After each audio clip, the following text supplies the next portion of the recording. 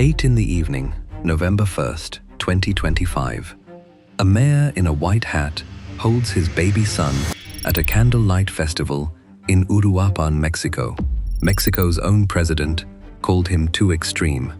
8 days later, the men who killed him were already dead too. These are the 10 politicians executed for standing up to the cartel. Carlos Manzo, mayor of Uruapan, Michoacán. Carlos Alberto Manzo Rodriguez was born on May 9, 1985, in Uruapan del Progreso, a city in the western Mexican state of Michoacán. He grew up in a family connected to the arts.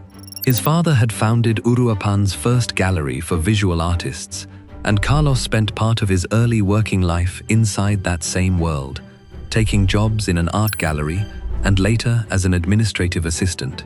He studied political science and public administration at the Instituto Tecnológico y de Estudios Superiores de Occidente, a university in Guadalajara known by the short name ITESO. Before he ever ran for office, he also worked as an auditor in Michoacán for the Mexican Social Security Institute, the government agency that manages health and retirement benefits for millions of workers across the country. His path into politics began with the Morena Party, the movement founded by former President Andrés Manuel López Obrador.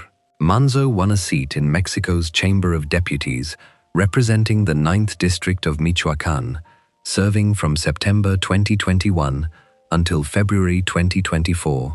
During that time, he built a reputation for speaking publicly about police misconduct in Uruapan, a habit that set him apart from many of his colleagues, who tended to stay quiet about problems inside their own party's local governments.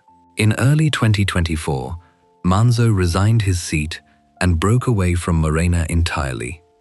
He decided to run for mayor of Uruapan as an independent, cutting ties with the party machine that had gotten him elected to Congress in the first place. That decision paid off in a landslide.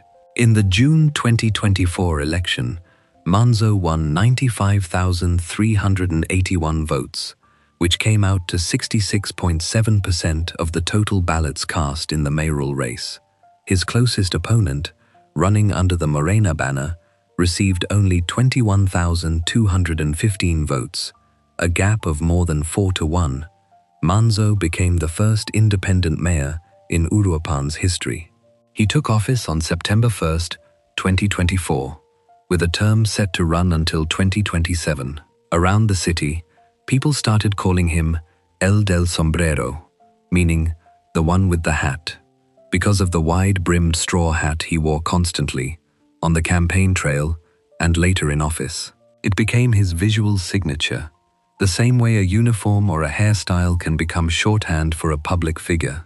Uruapan sits in the heart of Michoacán's avocado and lime growing region, an area that generates enormous export income for Mexico, but has also become one of the most fought-over pieces of territory in the country's drug war. Several armed groups operate in and around the city, most notably the Jalisco New Generation Cartel, commonly known by its Spanish initials CJJ, along with remnants of the older Knights Templar cartel and the group known as La Familia Michoacana.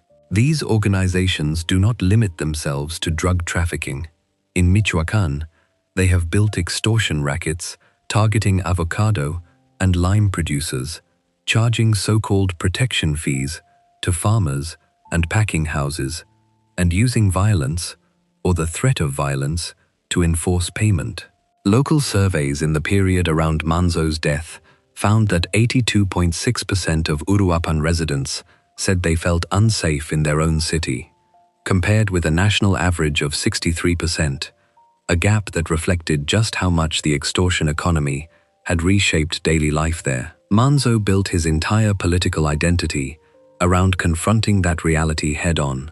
As mayor, he took a hard-line approach that few other officials in Mexico were willing to adopt in public. He patrolled the streets of Uruapan wearing a bulletproof vest. He ordered his police force to confront criminals without hesitation, effectively giving officers permission to use force rather than wait for permission from higher authorities.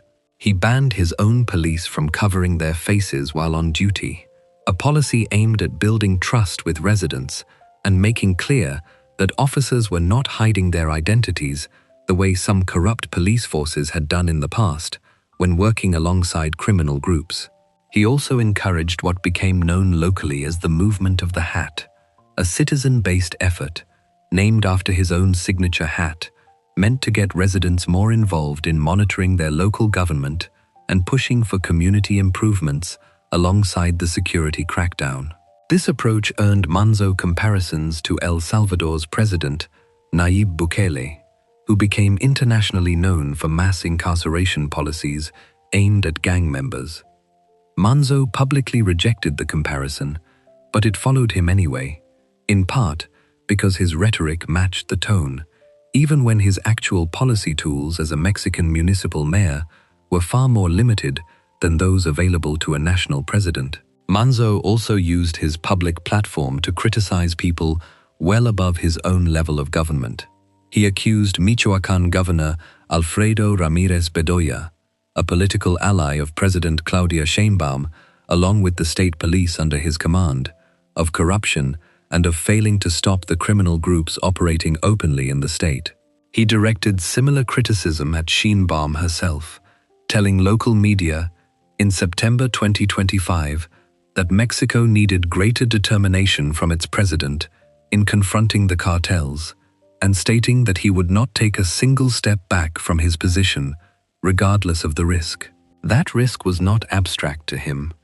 He had lived with a state-provided security detail since December 2024, only 3 months after taking office, a sign that threats against him were already serious enough for authorities to act. That protection was reinforced again in May 2025, when his detail grew to include municipal police officers working alongside 14 National Guard troops, part of Mexico's federalized security force, created to handle exactly this kind of high-risk protection assignment. Even with that protection in place, Manzo spoke openly about his own fear. He told reporters that he did not want to become just another name on the long list of mayors who had been executed and had their lives taken from them, adding that he was very afraid, but that he had to face the situation with courage rather than back down from it. The moment that fear became reality arrived on the night of November 1, 2025, during Uruapan's Festival of the Candles, a local Day of the Dead tradition held every year in the city's central plaza. Families gathered with marigold altars and lit candles to honor deceased relatives, a celebration that draws large crowds of residents and visitors alike. Manzo appeared at the event with his wife, Grecia Quiros, and their 2 young children. Video and photographs from that evening show him smiling, posing for pictures with attendees, and broadcasting parts of the event live on social media, a habit he kept up throughout his time in office to show residents what he was doing day to day. Just before the shooting, he had been holding his infant son. He set the child down, and moments later, a gunman stepped out of the crowd and opened fire at close range. According to Federal Security Minister Omar Garcia Harfuch, Manzo was shot 7 times. A city council member and one of his bodyguards were also wounded in the same burst of gunfire. He was rushed to a hospital in Uruapan, but he died that same night from his injuries, at the age of 40. The gunman was killed at the scene during the chaos that followed the shooting, though authorities have not released full details of exactly how that happened. 2 other people connected to the attack were detained that same night. Investigators later determined that the weapon used in the shooting had also been linked to 2 earlier armed clashes between rival criminal groups operating in the region, suggesting the firearm had a history inside the local conflict between cartels before it was ever used against Manzo. Manzo's funeral took place the following day, November 20, in Uruapan. Large crowds turned out, and the mood combined grief with visible anger at the circumstances of his death. Photographs from the service show his coffin covered in flowers, with a large photo of him smiling in his familiar white hat placed at its foot. Grecia Quiros, his widow, went on to take over his position. After a brief period, under an interim replacement named Hilda Flor del Campo Medina, the Congress of Michoacán formally appointed Quiros as municipal president of Uruapan on November 5, 2025. In public remarks after his death, she said that although her husband had been killed, what he had awakened in people could not be killed along with him, a statement that captured how his death shifted from a local tragedy into a symbol referenced across the country. That shift played out most visibly in the protests that followed. Demonstrations broke out first in Michoacán, with residents carrying Manzo's image and chanting his name while accusing local and state authorities of working alongside, or at minimum, failing to stop, the cartels responsible for his death. Weeks later, that anger reached Mexico City itself, where thousands marched through the capital, some dancing in the style Manzo had been known for during his public appearances, led by a band, as the march moved toward the presidential palace.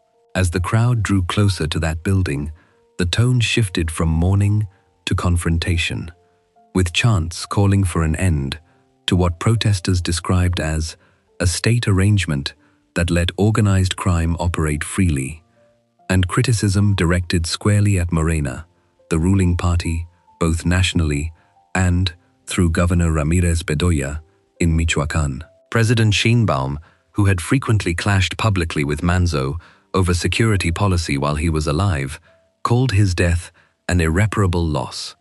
At the same time, she ruled out any change to her administration's overall security strategy in response to the killing, a decision that only added fuel to the protests forming around his memory.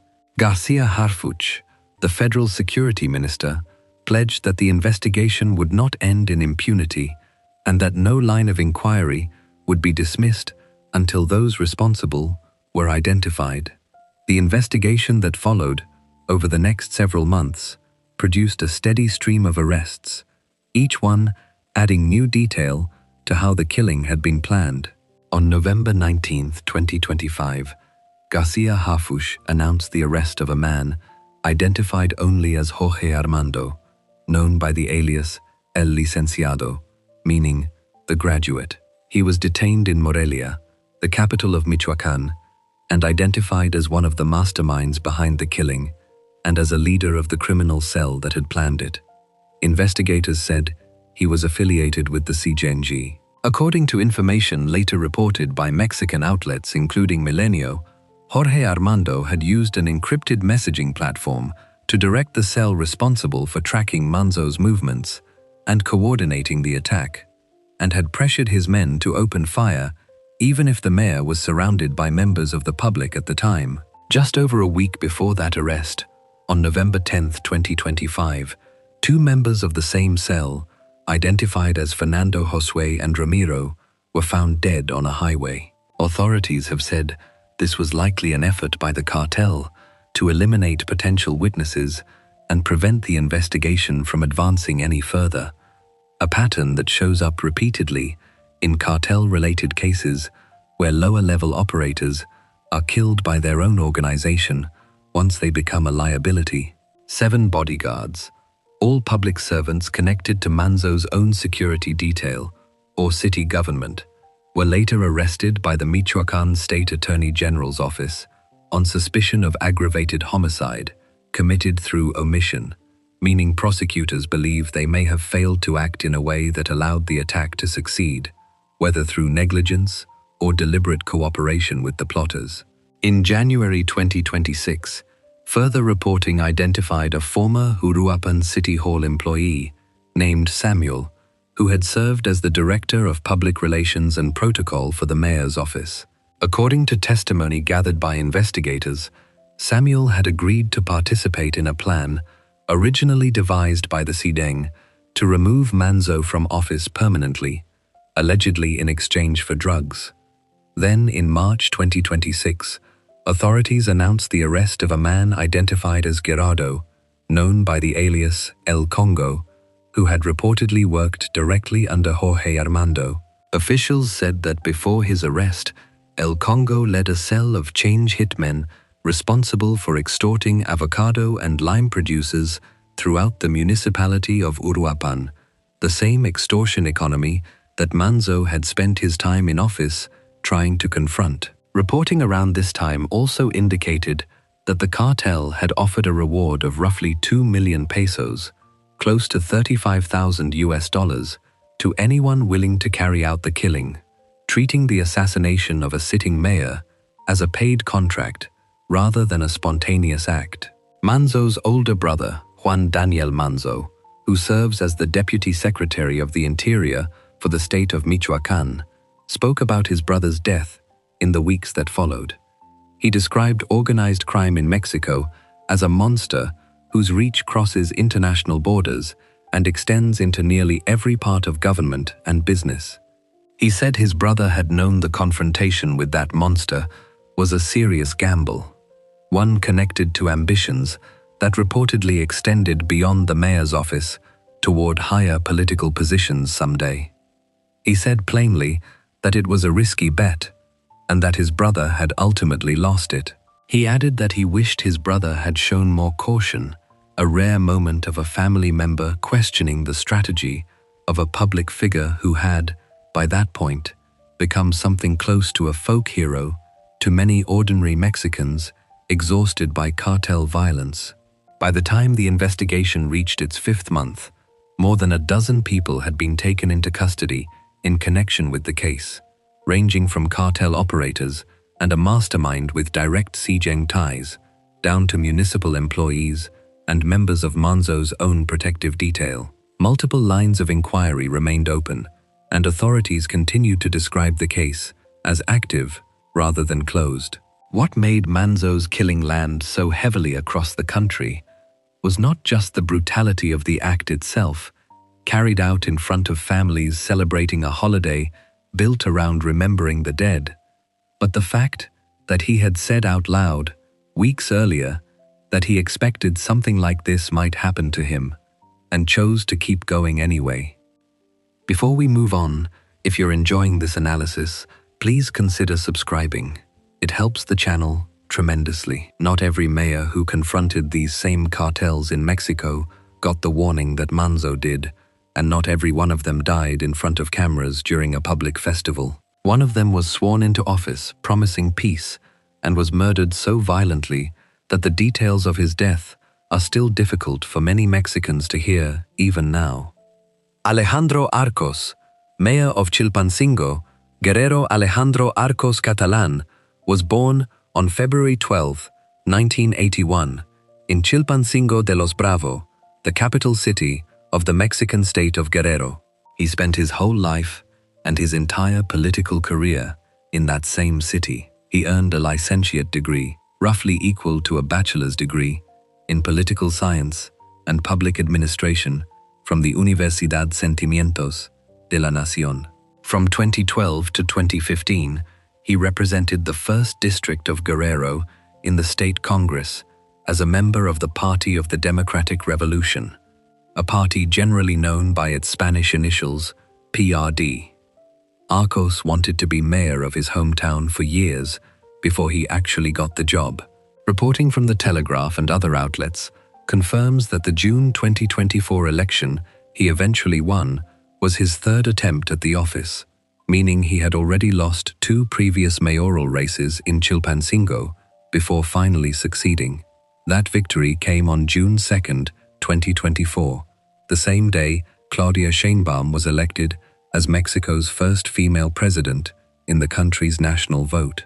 Arcos ran as the candidate of a coalition made up of 3 parties, the PRI, the PAN, and his own PRD, an alliance built specifically to give voters an alternative to Morena, the party that dominated Guerrero's state government at the time. He won by a narrow margin, roughly 1,000 votes, a result that showed how divided the city was, rather than any kind of landslide support. During the campaign, his own team accused his opponents of running what they called a dirty war against him, distributing flyers to thousands of residents that tried to link Arcos to Los Ardios, one of the 2 criminal groups fighting for control of the city. Whether that accusation was fair or not, It captured something true about politics in Chilpancingo by that point. Simply being a candidate meant getting tied, fairly or not, to one gang or the other. Chilpancingo is a city of somewhere between 280,000 and 300,000 people, depending on which count you use, and it sits inside a state that consistently ranks among the most violent in Mexico. In 2023, Guerrero recorded 1,720 murders, the sixth highest total of Mexico's 32 states, according to the National Statistics Agency INEGI. Guerrero's mountains are home to large amounts of opium poppy and marijuana cultivation, crops that have fed decades of conflict between armed groups fighting to control the routes those drugs travel on their way out of the region. For years, two local gangs in particular, known as Los Ardillos and Los Tlacos, had been locked in a turf war over Chilpancingo itself. That conflict had already produced dozens of killings by the time Arcos ran for mayor, and it had gotten so severe that in 2023, one of the gangs staged a public demonstration involving hundreds of people, hijacked a government armored vehicle, blocked a major highway for 2 days, and took police officers hostage in order to force the release of arrested members. The 2024 election cycle across Guerrero reflected just how dangerous local politics had become. At least 6 candidates for public office were killed in the state in the run-up to the June elections, including Alfredo Cabrera Barrientos, a PRI pan-PRD candidate for mayor in the municipality of Coyuca de Benitez, who was shot at point-blank range while speaking at his final campaign event. Arcos's own predecessor as mayor of Chilpancingo, a Morena party member named Norma Otilia Hernandez Martinez, had been expelled from her party after video surfaced showing her meeting with Celso Ortega Jimenez, the alleged leader of Los Ardillos, while she held office. Despite that history, Hernandez Martinez publicly mourned Arcos after his death, describing him on social media as a colleague with whom she had shared a sincere social struggle, a comment that showed how personal relationships in Chilpancingo's politics could cross party lines even when cartel influence sat in the background of nearly everyone's career. The warning signs around Arcos's own administration started before he had even been sworn in. On September 27, 2024, Ulises Hernandez Martinez, a former director of the Special Forces Unit within Guerrero's State Police, was shot dead along with his partner while traveling in a car. Hernandez Martinez had been lined up to become Arcos's Secretary of Public Security once the new administration took office. His death meant that the man meant to run security for the incoming mayor was killed before that mayor even took his oath. Arcos was sworn in at the very start of October 2024, taking office as part of a wave of new municipal governments installed across Guerrero at the same time. In his first public remarks as mayor, he said that peace was the path everyone needed to follow together to build a more just and secure society, a message that turned out to be tragically brief. Just days later, on Friday, October 4th, Francisco Gonzalo Tapia Gutierrez, the General Secretary of Chilpancingo's City Council and the man who was set to formally become Arcos's Secretary of Public Security, was shot dead only 2 blocks from the municipal palace, in the middle of the city center, in broad daylight. Tapia's killing meant that within a single week, 2 different men who were supposed to help run security for the new administration had already been murdered. After Tapia's death, Arcos gave an interview to local media in which he said he wanted additional protection for himself. According to reporting from the Associated Press, it was never made clear whether a formal request for that protection had actually been filed with state officials before his own death. Fear spread through the city in those final days. Residents began staying inside their homes after 9 at night, and local schools suspended classes. On Sunday, October 6, 2024, just 6 days after taking office, Arcos was killed. His body was found inside a vehicle in the Villas del Roble neighborhood, roughly 3 kilometers east of downtown Chilpancingo. His head had been severed and placed on the roof of the same vehicle his body was found inside. Photos of the scene circulated first on WhatsApp and then across social media platforms, showing the severed head resting on top of a pickup truck. Reuters reported on the images, but noted it could not independently verify their authenticity at the time, though state prosecutors later confirmed Arcos's death in an official statement without providing further detail about exactly how it happened.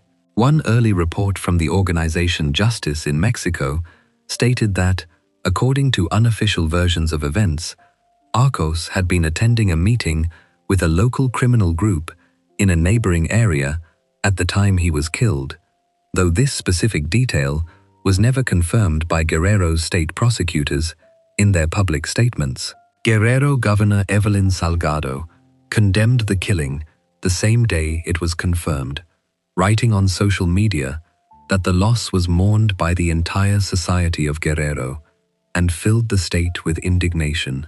Alejandro Moreno, the national leader of the PRI party, described both Arcos and Tapia as young and honest public servants who had simply been trying to bring progress to their community, and he called on federal authorities to take over the investigation directly, citing what he described as a situation of ungovernability inside Guerrero. President Claudia Sheinbaum addressed the killing at her morning press conference on October 7th, condemning both the assassination and the mutilation of Arcos's body. She noted that Chilpancingo was not, by the numbers, among the deadliest municipalities in the country, but said her government would strengthen its intelligence and investigation work in Guerrero regardless, working alongside Mexico's Navy and Defense Secretariats. Arcos was buried on October 7th, one day after his death was confirmed. Photographs from the funeral show mourners praying and crying over his open coffin. Because of the condition of his remains, his face appeared to be covered with glass during the viewing. Supporters gathered outside the municipal building in the days that followed, leaving candles and flowers at the entrance. 4 other mayors from towns across Mexico requested additional government protection for themselves the day after Arcos's remains were discovered, a direct reaction to seeing how quickly and violently a sitting mayor in Guerrero had been killed. On October 10th, just 4 days after Arcos's death, a new mayor named Gustavo Alarcón Herrera was sworn in to replace him. It was not publicly clear at the time whether Alarcón had been granted any heightened security measures beyond what his predecessor had. The investigation that followed produced a genuine surprise, one that shifted the story away from a simple cartel hit and toward something closer to an inside job. Authorities initially framed the killing as the work of local drug and extortion gangs acting on their own. Then, on November 12, 2024, Guerrero state authorities, working with federal soldiers and National Guard troops rather than local or state police, arrested a man named Germán Reyes. Reyes was a retired army captain who had spent time working as a special prosecutor for the state of Guerrero before taking the job of interim head of Chilpancingo's Public Security Ministry, a position he had started on September 30th, the same day Arcos took office. Investigators accused Reyes of being what Mexican legal language calls an intellectual author of the crime, meaning someone who helped plan or order the killing rather than someone who carried it out with his own hands. The decision to rely on federal soldiers and National Guard troops rather than local police to make the arrest was itself telling. It suggested that investigators did not fully trust Chilpancingo's own police force, the same force Reyes had briefly overseen, to carry out an arrest of one of their former leaders without word leaking out beforehand. Reyes denied any involvement, telling reporters that he knew absolutely nothing about Arcos's murder and did not understand why he had been arrested, and describing the entire case against him as a political matter rather than a genuine criminal investigation. A judge disagreed with that framing.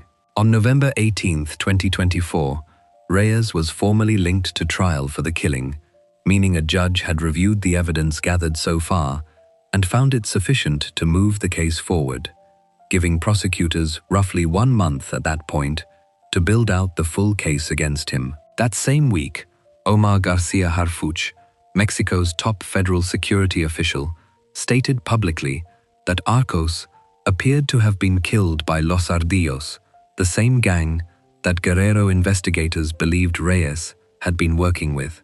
Garcia Harfuch connected that conclusion to another act of extreme violence the gang had carried out only days earlier. On November 8, 2024, 11 members of an extended family working as market vendors, including 4 children, were abducted while traveling to sell goods, and their bodies were later found dumped in the back of a pickup truck on an avenue in Chilpancingo. Investigators believed Los Ardillos was responsible for both that massacre and Arcos's killing within the same short window of time, a detail that placed his death inside a much larger pattern of extreme violence the gang was carrying out across the city that same month, rather than treating it as an isolated act aimed only at silencing a single official. By October 2025, 1 year after Arcos's death, officials in Chilpancingo were still publicly calling for justice in the case, with Reyes continuing to be named as the accused intellectual author of the killing. The case remained active more than a year after his death, without a public conviction or final resolution, leaving Chilpancingo residents watching a slow-moving legal process for the murder that had defined their new mayor's first and only week in office. Before we move on, if you're enjoying this analysis, please consider subscribing. It helps the channel tremendously. What happened to Arcos showed how far Mexico's cartels were willing to go to make an example out of an elected official, but his case was not the most personal or most drawn-out example of that willingness. One woman in a small town in Michoacan survived being shot at point-blank range, survived a second attack that left her scarred for life, and kept doing her job anyway, before the people trying to kill her finally found a way to make sure she would not survive a third attempt. María Santos Gorostieta, mayor of Tiquicheo, Michoacán, María de los Santos Gorostieta Salazar, was born in 1976 in Tiquicheo, a small rural town in the western Mexican state of Michoacán. Unlike most people on this list, she did not start out as a career politician. She trained as a physician, studying medicine at the Universidad Michoacana de San Nicolás de Hidalgo in the city of Morelia, Michoacán's state capital, and earned a full medical degree before she ever ran for office. She practiced as a doctor in her hometown region before politics became part of her life at all, which meant that when she eventually did become mayor, she brought with her a background focused on caring for people's physical well-being rather than one built purely around campaigning or party politics. She entered politics through the Institutional Revolutionary Party, generally known by its Spanish initials PRI, one of Mexico's oldest and largest political parties. In 2008, she was elected mayor of Tiquicheo, a town with a small population set in a rural stretch of Michoacán, an area that had, by the time she took office, become deeply entangled with organized crime. At the time she started her term, the dominant criminal group across most of Michoacán was La Familia Michoacana, a cartel that combined drug trafficking with a strange kind of religious and moral messaging, presenting itself publicly as a protector of local communities, even while extorting and killing people throughout the region.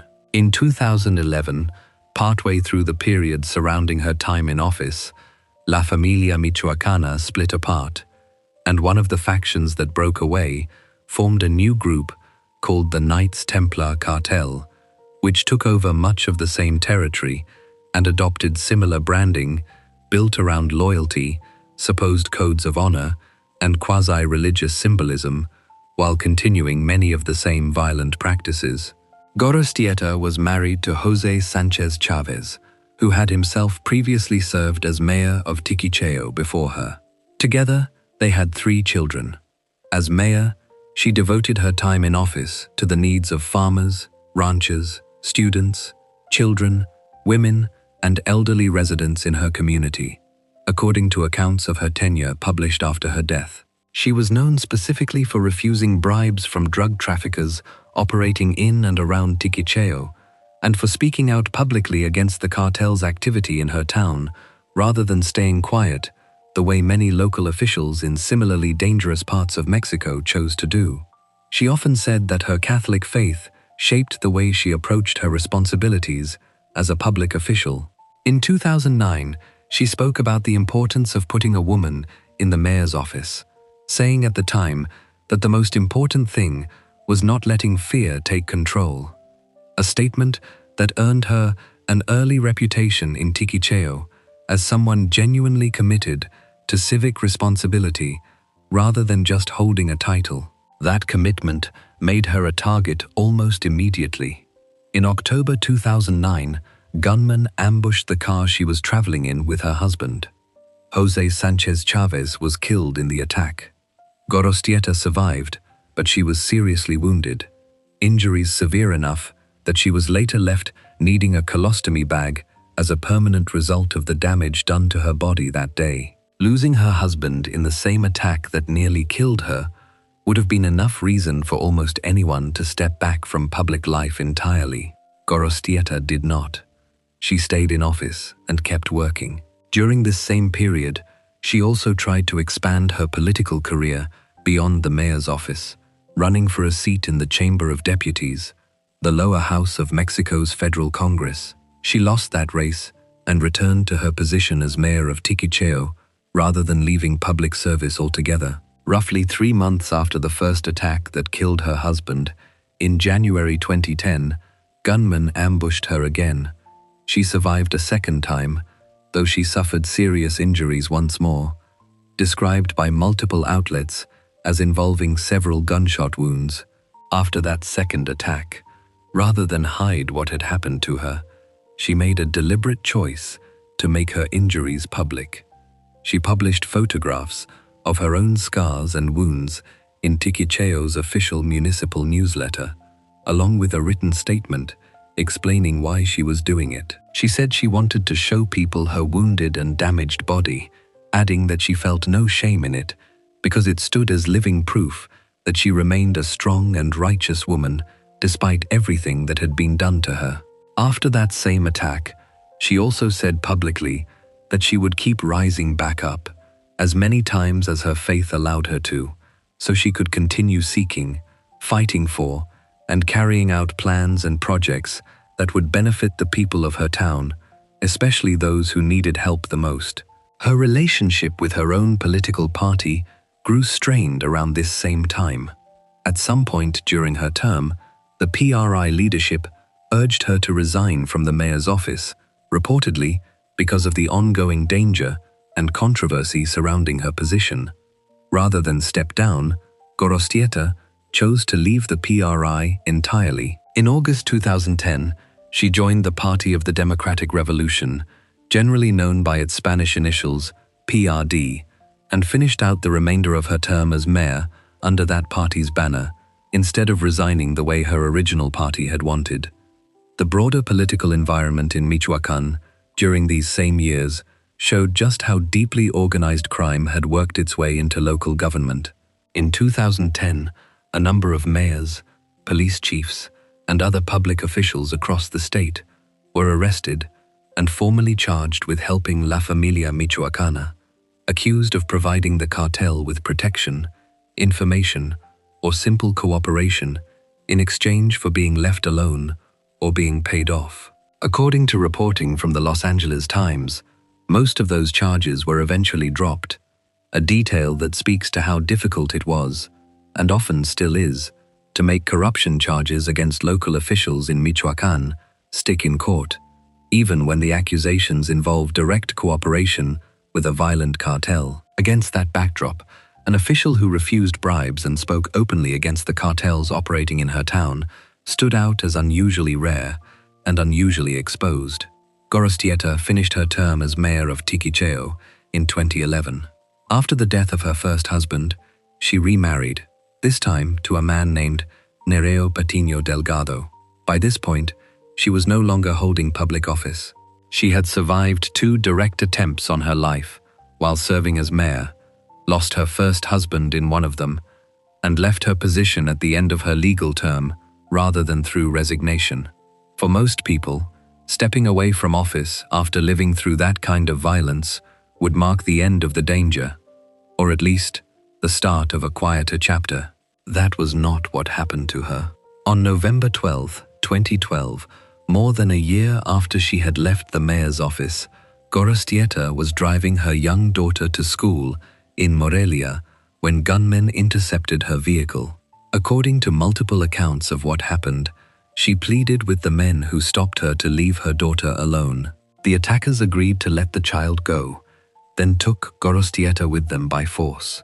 Her family reported her missing in the days that followed, and a search for her began, but no ransom call or demand ever came, a detail that distinguished this abduction from a typical kidnapping for profit, and suggested from early on that whoever had taken her intended something else entirely. Her body was found several days later, dumped near a community called San Juan Tararameo in the Cuitzeo township of Michoacán, not far from Morelia. Farm workers heading to their jobs discovered her remains along the roadside. Unlike the 2 earlier attacks against her, which had involved gunfire, this final attack showed no bullet wounds at all. Investigators reported that her hands and ankles had been bound, and that her body showed signs of beating and torture, with at least one account describing evidence of a blow to the back of her head as a likely cause of death. She was 36 years old. Michoacán's governor at the time, Fausto Vallejo, said publicly that the ongoing investigation pointed toward the possible involvement of organized crime in her death, though authorities never officially named a specific cartel or a specific individual as responsible for ordering or carrying out the killing. That lack of a formal named conclusion has remained a permanent part of her case. No cartel publicly claimed responsibility, the way some criminal groups have done in other high-profile political killings in Mexico, and no one has been publicly convicted of her murder. Her case sits, more than a decade later, as one of the clearest examples of impunity in the long list of Mexican officials killed for standing against organized crime, a pattern where the victim's identity and the broad outline of what happened are well documented, while the specific people responsible are never brought to public justice. Her death drew significant attention both inside Mexico and internationally, in part because of just how visible and how personal her earlier defiance had been. She had not simply survived 2 assassination attempts quietly. She had put her own wounds on public display in her own town's official newsletter, specifically so people would understand what standing up to organized crime in Michoacán actually cost. International outlets covering her death, including CNN, referred to her afterward as Mexico's fearless woman mayor. Other coverage at the time described her as a heroine of the 21st century, a label that captured how thoroughly her story had come to represent something larger than one town's local politics, standing instead for the entire pattern of local officials across Mexico who chose to confront cartels directly rather than look away, often at an enormous personal cost to themselves and their families. What separates her case from many others on this list is the sheer number of times organized crime tried and failed before finally succeeding. Most officials killed for defying cartels in Mexico are killed on the first attempt, often within their first weeks or months in office. Gorostieta survived 2 direct attacks, lost her husband, kept working through a serious permanent injury, left office at the natural end of her term rather than by resignation, remarried, and rebuilt some version of an ordinary life before the people who wanted her dead finally caught up with her more than a year after she had stopped being mayor at all. Her story is a reminder that in parts of Michoacán during this period, holding public office was not the only thing that made someone a target. Having once held it, and having once said no to the wrong people, could be enough on its own. Before we move on, if you're enjoying this analysis, please consider subscribing. It helps the channel tremendously. Not every mayor targeted in Mexico gets the chance to survive, even once, let alone twice.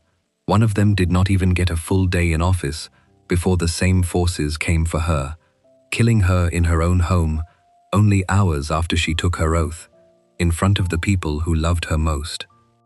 Gisela Mota, mayor of Temixco, Morelos, Gisela Raquel Mota Ocampo, was born on March 13, 1982, in Temixco, a city in the central Mexican state of Morelos.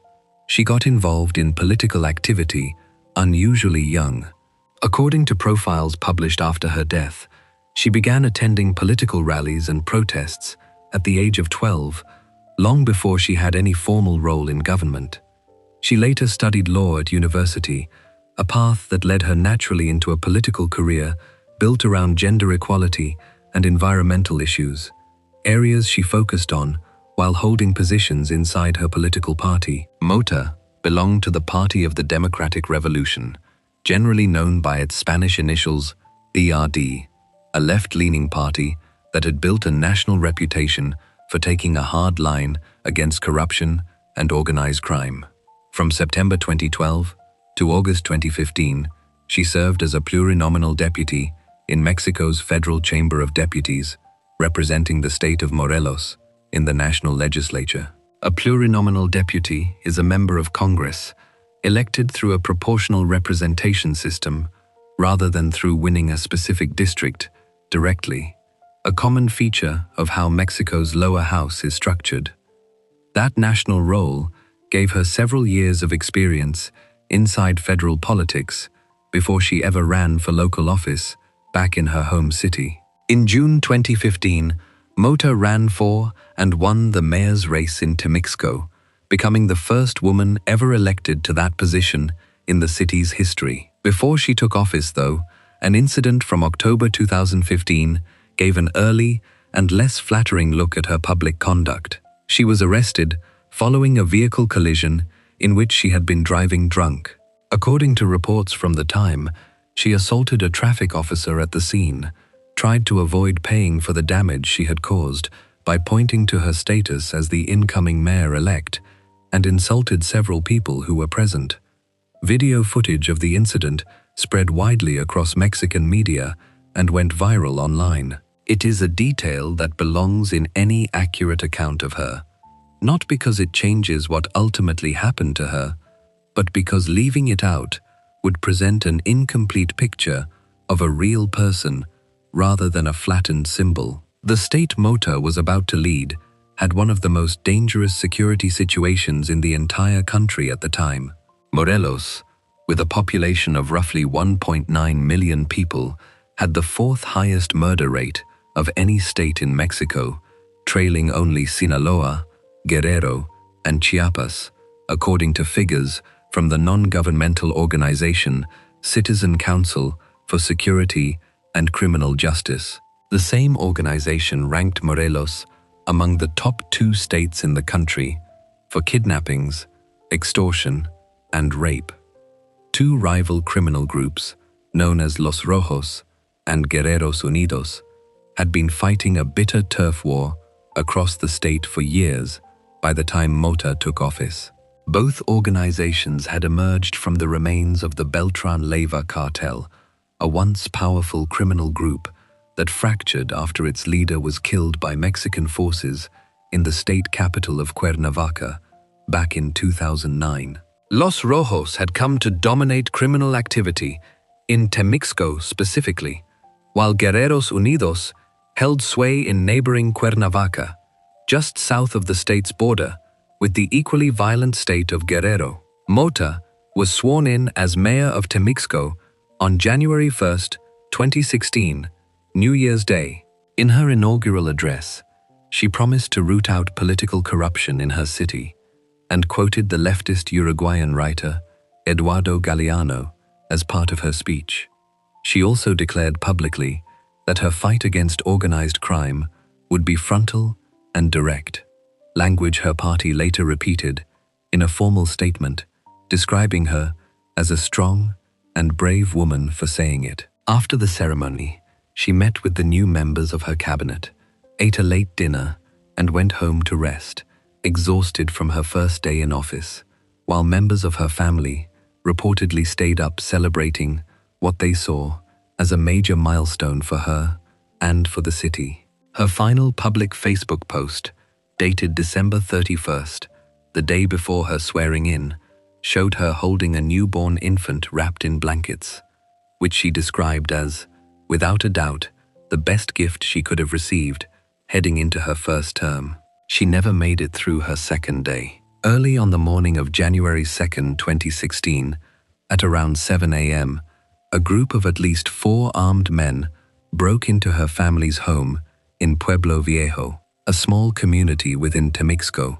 According to an official from the Morelos State Prosecutor's Office, who described the scene afterward, the attackers demanded to know which person in the house was the mayor.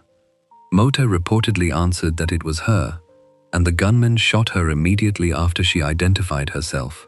Other reporting on the same events described the attackers tying her up and beating her before shooting her in the head, a level of detail that varies slightly between different outlets but consistently describes a deliberate, targeted execution carried out inside her own home in front of family members, rather than a random robbery or a case of mistaken identity. Police responded quickly once the attack was reported. Officers located a vehicle carrying the suspected attackers and pursued it, leading to a car chase and an exchange of gunfire. 2 of the suspected assailants were killed in that shootout with police. From the vehicle, authorities recovered a substantial cache of weapons and equipment, including a large amount of ammunition, a 9mm pistol, an Uzi submachine gun, bulletproof vests, and ski masks, a level of equipment that pointed toward a planned, organized operation rather than an impulsive act. 3 additional people were detained in connection with the killing: an 18-year-old man, a 32-year-old woman, and a 17-year-old boy who was legally a minor. All 3 were later formally charged with homicide. The investigation took an unexpected turn when the minor among the 3 detained suspects confessed to his role in the killing and told investigators he belonged to Los Rojos, the same cartel authorities already suspected of ordering the attack.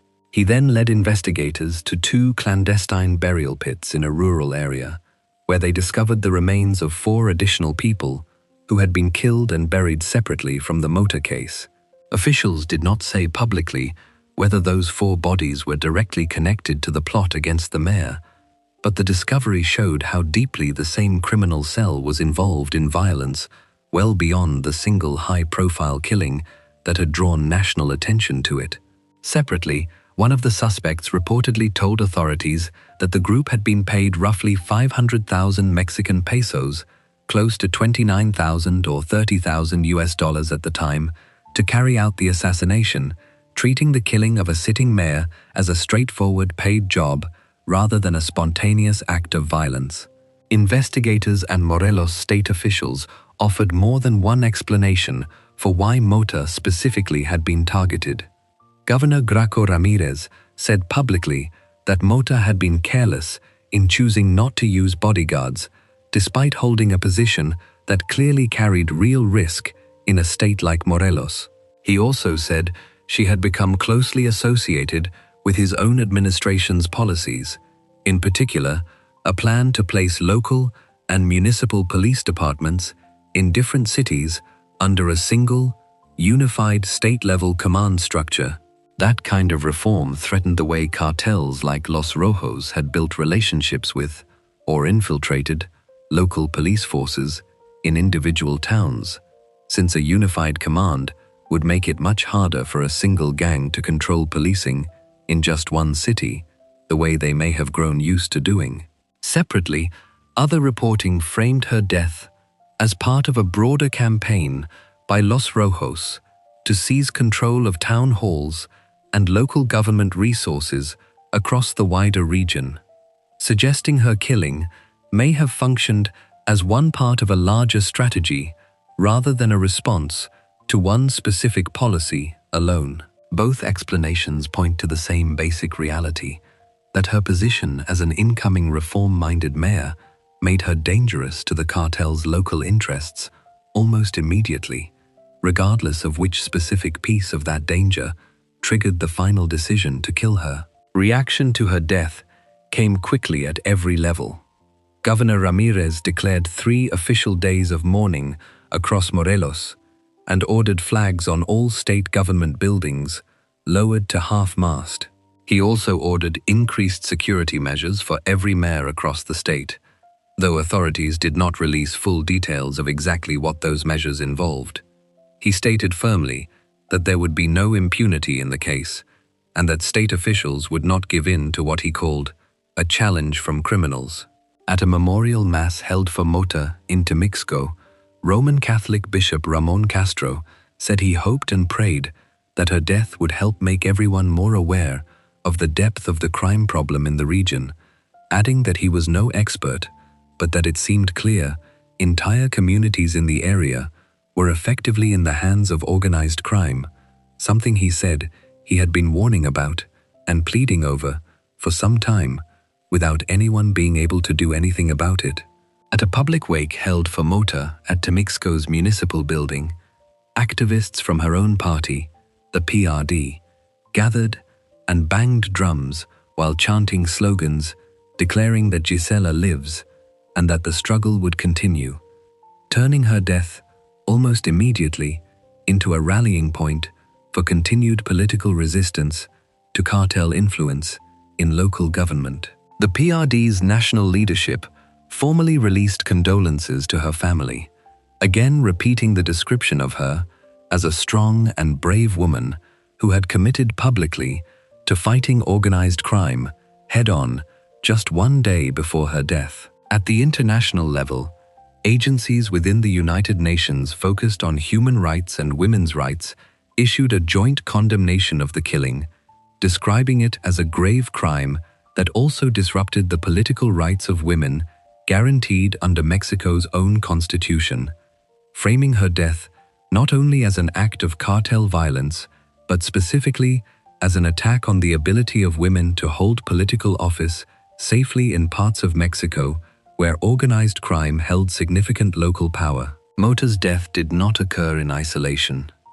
The single year before her killing, 2015, had already claimed the lives of 5 different Mexican municipal mayors nationwide, a detail that placed her murder inside an established and ongoing pattern, rather than treating it as some kind of unprecedented shock, specific only to Temixco or to Morelos. What made her case stand out, even within that pattern, was the timing. She was killed less than 24 hours after taking her oath of office, one of the shortest tenures of any mayor killed in Mexico's long-running conflict between local government and organized crime, and she was killed inside her own family's home, in front of relatives, after directly confirming to her attackers who she was. Her case also stands out for how quickly and specifically investigators were able to tie the killing to a stated motive involving a real policy decision, the push toward unified police command, rather than leaving her death as a vague symbol of anti-crime rhetoric with no clear cause. That specificity offers a rare, concrete window into exactly how a cartel's local business interests and a newly elected official's actual governing plans can collide within days, sometimes hours, of that official taking power. Before we move on, if you're enjoying this analysis, please consider subscribing. It helps the channel tremendously. Some officials on this list never get the chance to make a single policy decision at all, dying instead in the middle of a campaign.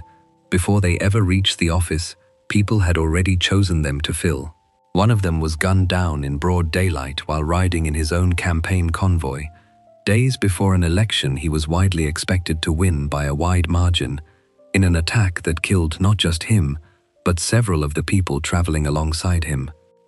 Rodolfo Torre Cantu, gubernatorial candidate, Tamaulipas. Rodolfo Torre Cantu was born on February 14, 1964, in Ciudad Victoria, the capital of the northern Mexican state of Tamaulipas. He was the fourth of 5 children born to Dr. Egidio Torre Lopez, a physician who was also known locally as a distinguished public servant and a longtime activist within the Institutional Revolutionary Party, generally known by its Spanish initials PRI, and to Ana Maria Cantu Leal. Following in his father's footsteps, Torre Cantu trained as a physician himself, studying at the Universidad Autónoma de Tamaulipas, the state's main public university. He married Laura Graciela de la Garza Montoto, and together they had 3 children, named Laura, Rodolfo, and Paulina. Before he ever ran for governor, Torre Cantu spent years working inside Tamaulipas state and federal government. He served as a federal deputy in Mexico's National Congress, worked as the Secretary of Health for the state of Tamaulipas, and led the state's branch of the DIF, the National System for Integral Family Development, an agency responsible for coordinating social services for families, children, and vulnerable groups across Mexico. During his time in public service, he pushed for a reform to Article 9 of Mexico's General Law on Education, aimed at improving how the country structured its national education models, and he specifically pointed to programs already running in Tamaulipas as a model other Mexican states could follow, particularly for teaching English in primary schools across the country. By 2010, Torre Cantu had become the PRI's candidate for governor of Tamaulipas, and by most accounts he was the clear frontrunner heading into that July's election. His campaign came at an especially dangerous moment for the state. Tamaulipas sits directly on Mexico's border with Texas, making it one of the most valuable pieces of territory in the entire country for smuggling drugs, weapons, and people across the border. For years, the Gulf Cartel had controlled most of that territory, relying heavily on a group of former Mexican Special Forces soldiers it had recruited as its armed enforcement wing, known as Los Zetas. In early 2010, that relationship broke apart completely. Los Zetas split off from the Gulf Cartel and turned against their former employers, setting off an extremely violent turf war between the two groups for control of Tamaulipas and its smuggling routes, one that was still actively unfolding across the state at the exact moment Torre Cantu was campaigning to become its next governor. On the morning of June 28, 2010, just 6 days before the July 4 election, Torre Cantu was traveling by motorcade toward the airport in Ciudad Victoria. He planned to fly out that day to close his campaign with final stops in the cities of Valle Hermoso and Matamoros, both located near the Texas border. As his convoy made its way to the airport, armed assailants ambushed the vehicles. Torre Cantu was killed in the attack, along with several members of his campaign team and personal security detail who were traveling with him at the time, including Tamaulipas state lawmaker Enrique Blackmore Smer. Investigators at the time said the ambush appeared to have been carried out by gunmen connected to organized crime, though it took years of follow-up investigation before authorities were able to name a specific person believed to have ordered it. The killing sent shockwaves through Mexican politics almost immediately. President Felipe Calderón addressed the nation directly, calling the attack a cowardly assassination and describing it as clear evidence that organized crime was attempting to directly interfere with Mexico's electoral process.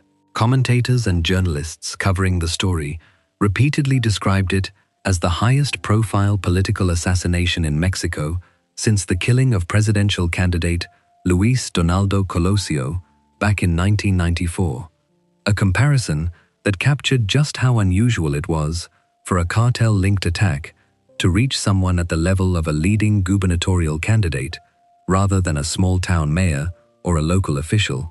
Despite the killing, the election in Tamaulipas moved forward as scheduled. 2 days after Torre Cantu's death, on June 30, 2010, the PRI's National Committee formally chose a replacement to take his place on the ballot for the upcoming vote. That replacement was Egidio Torre Cantu, Rodolfo's older brother. Egidio was a civil engineer by training, holding a bachelor's degree from the Monterrey Institute of Technology and Higher Education, and having completed graduate studies in construction engineering and project management at the University of Texas at Austin. He had previously served briefly as interim mayor of Ciudad Victoria from 2000 to 2001, and had spent years working as a political advisor within the PRI's State Committee in Tamaulipas. The National Party explained its decision to select him based on his honesty, his standing within the community, and the years of work he had already put in on the party's behalf. Running under the banner of a coalition called Todos Tamaulipas, made up of the PRI along with the ecologist Green Party of Mexico and the New Alliance Party, Egidio won the July 4th election with 62.9% of the vote. He was sworn in as governor of Tamaulipas in January 2011 and served in that position until 2016, meaning the same family that had lost a son and brother to a cartel ambush less than a week before an election ended up governing that same state for the next 6 years. The investigation into who had actually ordered the killing took much longer to produce real answers, and it eventually led directly to 2 of the most powerful men connected to organized crime and government corruption in the entire region. Investigators came to believe that the ambush had been carried out by an armed squad tied directly to Jorge Eduardo Costilla Sanchez, known widely by the nickname El Cos, who at the time was the supreme leader of the Gulf Cartel.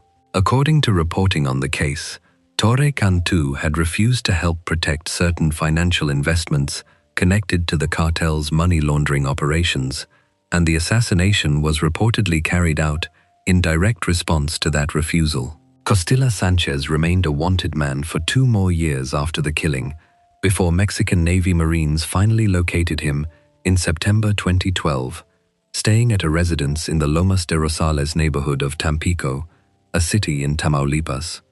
Around 30 Marines tracked a convoy of armed men to the house where he was staying and took him into custody without firing a single shot. He was later extradited to the United States, where he eventually pleaded guilty to drug trafficking charges in a federal court in South Texas and was sentenced to life in prison. The second major figure tied to the case was Tomas Yarrington, who had served as governor of Tamaulipas from February 1999 through the end of 2004, years before Torre Cantu's own campaign. Starting in February 2012, information reaching the U.S. Drug Enforcement Administration linked Yarrington directly to both Los Zetas and the Gulf Cartel, the same 2 organizations locked in violent conflict across Tamaulipas at the time of the assassination. Investigators went further, accusing Yarrington of having personally helped plot Torre Cantu's killing alongside the Gulf Cartel, even though the actual ambush was carried out by Costilla Sanchez's men. Rather than face those accusations in Mexico, Yarrington fled the country and spent years as an international fugitive until he was finally located and arrested in Florence, Italy, in April 2017. After his arrest in Italy, Yarrington was extradited to the United States to face charges there. In March 2021, he pleaded guilty in a federal court in the Southern District of Texas, though the specific charge he admitted to was conspiracy to commit money laundering tied to bribes he had accepted from private companies and individuals in exchange for state business while he was governor of Tamaulipas, rather than a charge that directly covered his alleged role in planning Torre Cantu's murder. According to court documents from that case, Yarrington used nominee buyers, meaning other people acting on his behalf, to purchase beachfront condominiums, large estates, commercial developments, airplanes, and luxury vehicles inside the United States, allowing him to hide both his ownership of those properties and the illegal origin of the money used to buy them. After serving his sentence in the United States,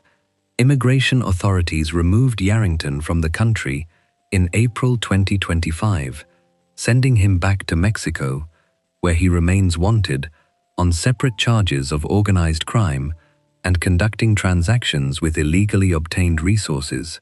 It is worth being precise about exactly what these outcomes do and do not prove.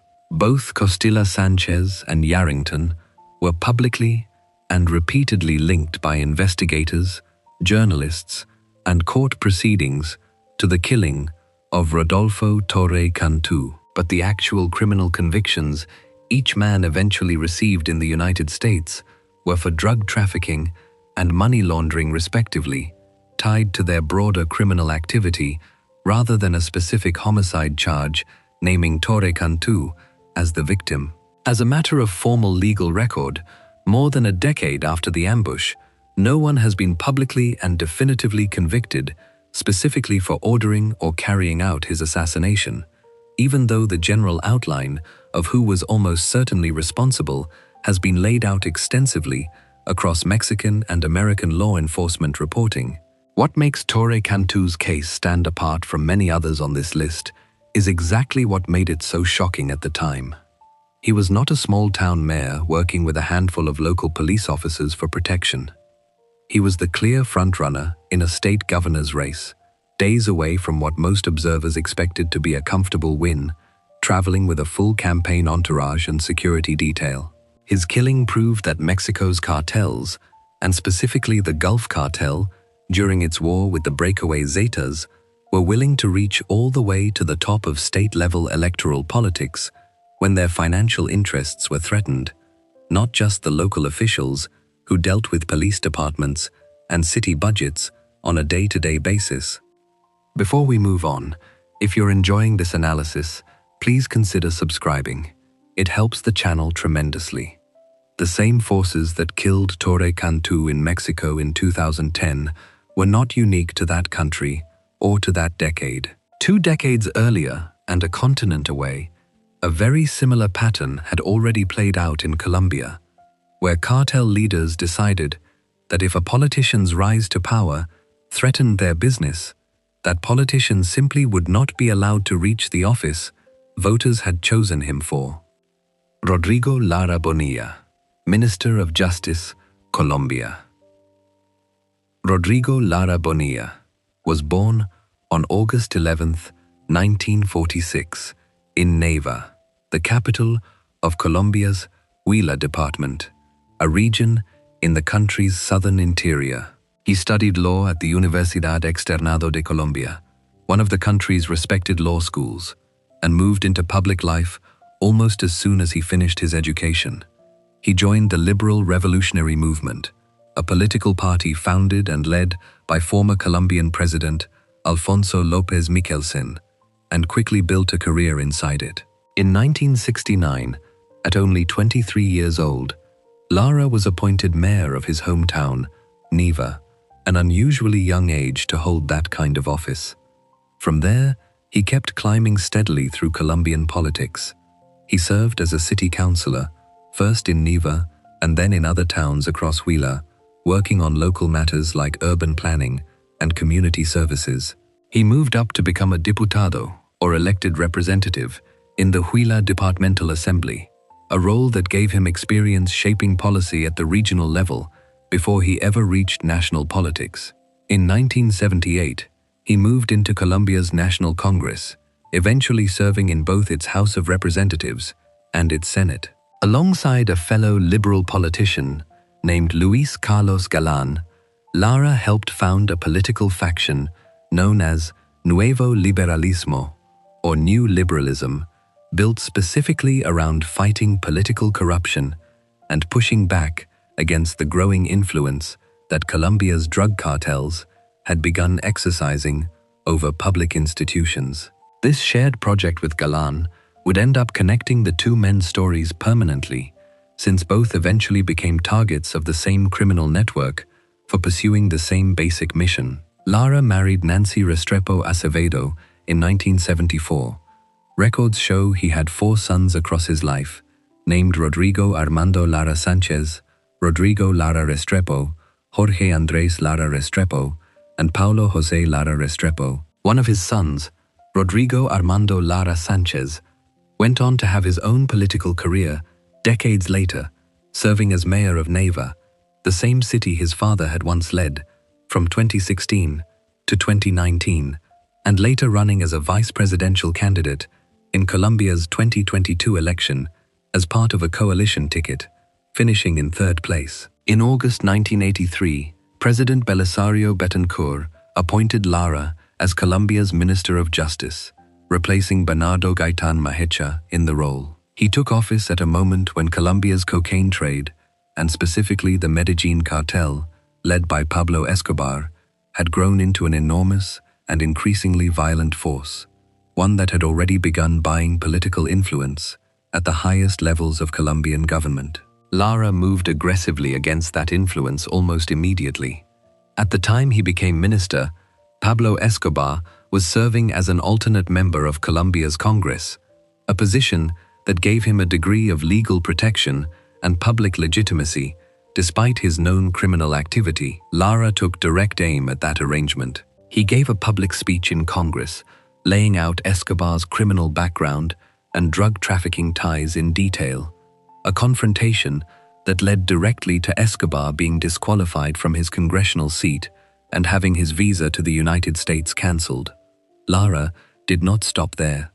He revived old, previously stalled criminal charges against Escobar and against another major Medellin cartel figure, Carlos Leda, as Colombia's Congress debated whether to formally approve an extradition treaty that would allow accused traffickers to be sent to face trial in the United States.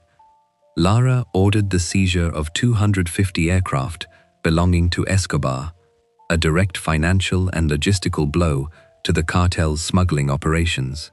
Lara's most important partnership as minister was with Colonel Jaime Ramirez Gomez, the head of Colombia's National Anti-Narcotics Police Unit, who had spent years building relationships with American drug enforcement officials in his own fight against Medellin. Together, with support from the United States Drug Enforcement Administration, Lara and Ramirez planned and carried out one of the largest anti-drug operations in Latin American history up to that point. Colombian police forces, backed by DEA aircraft and advisors, located a massive cocaine production complex hidden deep in the jungle along the Yari River in a remote area straddling the departments of Caquetá and Meta. The cartel itself had given the site the name Tranquilandia, meaning something close to tranquil land or peaceful place, an ironic name for what turned out to be one of the most industrially organized cocaine production operations ever uncovered. Over several days in early March 1984, Colombian police, working through what was called Operation Yari 84, stormed the complex by helicopter, engaging armed guards defending the site.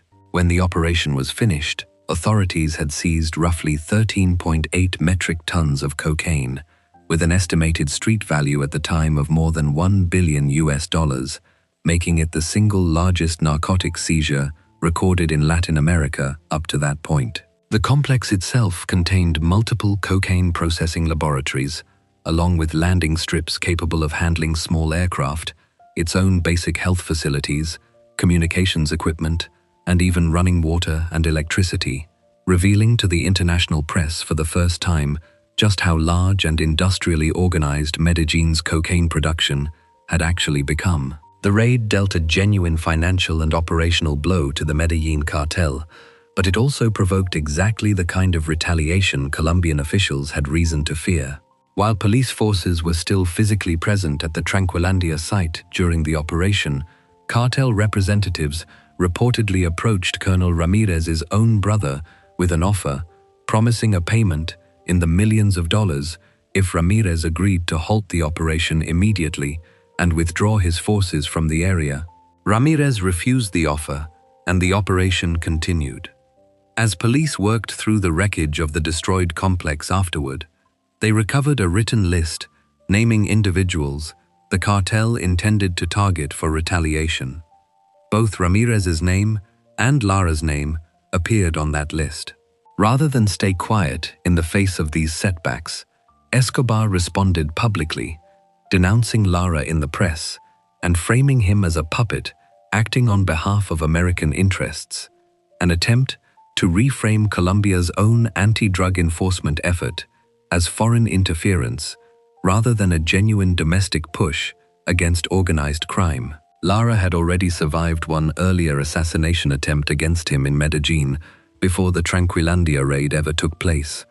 Colombian police and the DEA managed to disrupt that earlier plot, an operation that led to the arrest of an American man using the alias Edward John Byrne, whose real identity was later established as Joseph Harold Rosenthal, a man tied to laundering money connected to narcotics proceeds. That earlier close call, combined with the direct threats that followed Tranquilandia, made clear to everyone around Lara just how real the danger to his life had become. By late April 1984, the situation had grown serious enough that President Betancourt had already discussed removing Lara from Colombia entirely for his own safety, arranging for him to be appointed as Colombia's ambassador to Czechoslovakia instead of continuing as Minister of Justice. Lara had accepted that new post with a starting date set for May 12, 1984. He never reached that date. On the night of April 30th, 1984, Lara was riding in his personal car, a 1976 Mercedes-Benz W123 sedan, traveling along 127th Street in the northern part of Bogotá. He had just come off the Autopista Norte, the highway running through that section of the city, and was heading toward the Recreo de los Frailes neighborhood, where he lived with his family. As his vehicle moved through the street, two men on a Yamaha DT175 motorcycle pulled up alongside the car. Byron Velasquez was driving the motorcycle, while a second man, Ivan Dario Guisado, rode behind him as the shooter. Guisado fired a MAC-10 submachine gun, chambered for .45 caliber rounds, directly through the car's window, striking Lara multiple times. He was killed instantly. Strikingly, the vehicle's driver escaped completely unharmed in the attack, a detail that has never been fully explained, given that investigators later found bullet damage in the seats near where both the driver and one of Lara's bodyguards had been sitting at the time of the shooting. Lara's body was quickly transferred to another vehicle and rushed to the Chayo Clinic in Bogotá, where he was formally declared dead only minutes after arriving. His own bodyguards, traveling with him at the time of the attack, returned fire during the ambush and killed Guisado at the scene. Velasquez, who had been driving the motorcycle, was captured by police in the aftermath. He was later convicted for his role in the killing and spent more than 10 years in prison before being released on parole on October 15, 1995. Within just a few days of the assassination, Pablo Escobar and members of his own family fled Colombia entirely, traveling to Panama, a move that suggested Escobar understood immediately just how serious the Colombian government's response to killing a sitting cabinet minister was likely to be. That response came fast and hard. President Betancourt's government moved almost immediately to implement what came to be described, in the language of the time, as a lightning campaign against organized crime. Extradition of accused drug traffickers to the United States, a policy that had been debated and delayed inside Colombia's Congress for months, was formally authorized in the direct aftermath of Lara's killing. Colombian authorities also moved to formally indict Pablo Escobar himself for Lara's murder, a legal action that marked the beginning of Escobar's long-term status as a wanted fugitive inside his own country, even as he continued running large parts of the Medellin cartel's operations from hiding.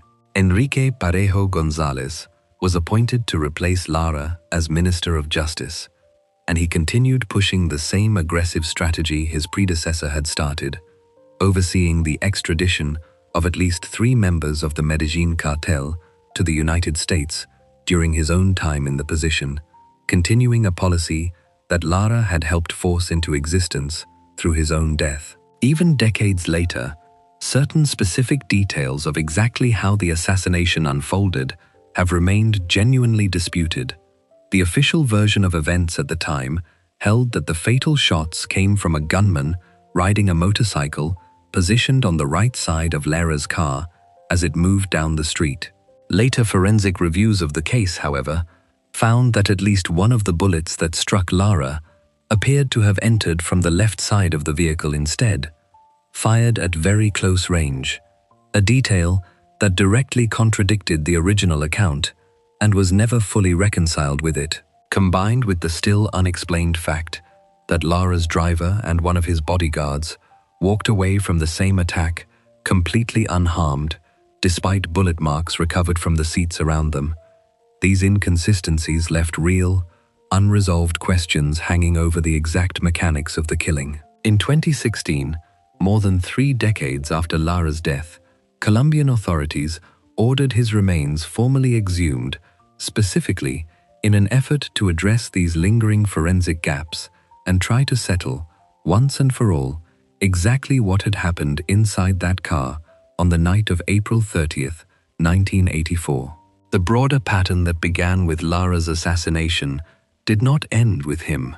Colonel Jaime Ramirez Gomez, the officer who had planned and led the Tranquilandia raid alongside him and who had appeared on the same cartel death list recovered from that operation, was killed in an almost identical style 2.5 years later, on November 17, 1986. Ramirez was ambushed and shot while driving into Bogotá, together with his own family in the car. A killing that echoed nearly every detail of what had happened to Lara, and one that made clear the cartel had never abandoned the list of targets it drew up in the aftermath of losing Tranquilandia. Lara's death is widely regarded by historians of this period as the true opening chapter of Colombia's long, brutal war between the state and the Medellin cartel, a conflict that would go on to claim thousands of additional lives across the rest of the 1980s and into the early 1990s.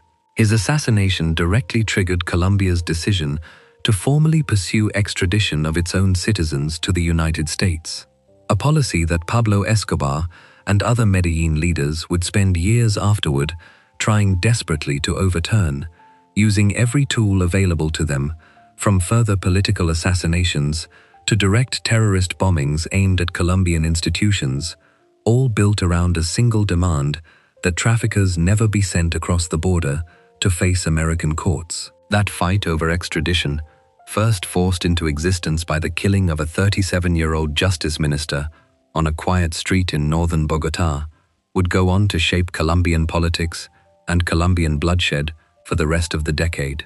Before we move on, if you're enjoying this analysis, please consider subscribing. It helps the channel tremendously. 5 years after Lara's assassination, the same cartel that had killed him would go after an even bigger target, a man who was not just a government minister, but the clear frontrunner to become Colombia's next president, gunned down in front of a crowd of thousands of his own supporters at what should have been one of the final rallies of his campaign. Luis Carlos Galán, presidential candidate, Colombia.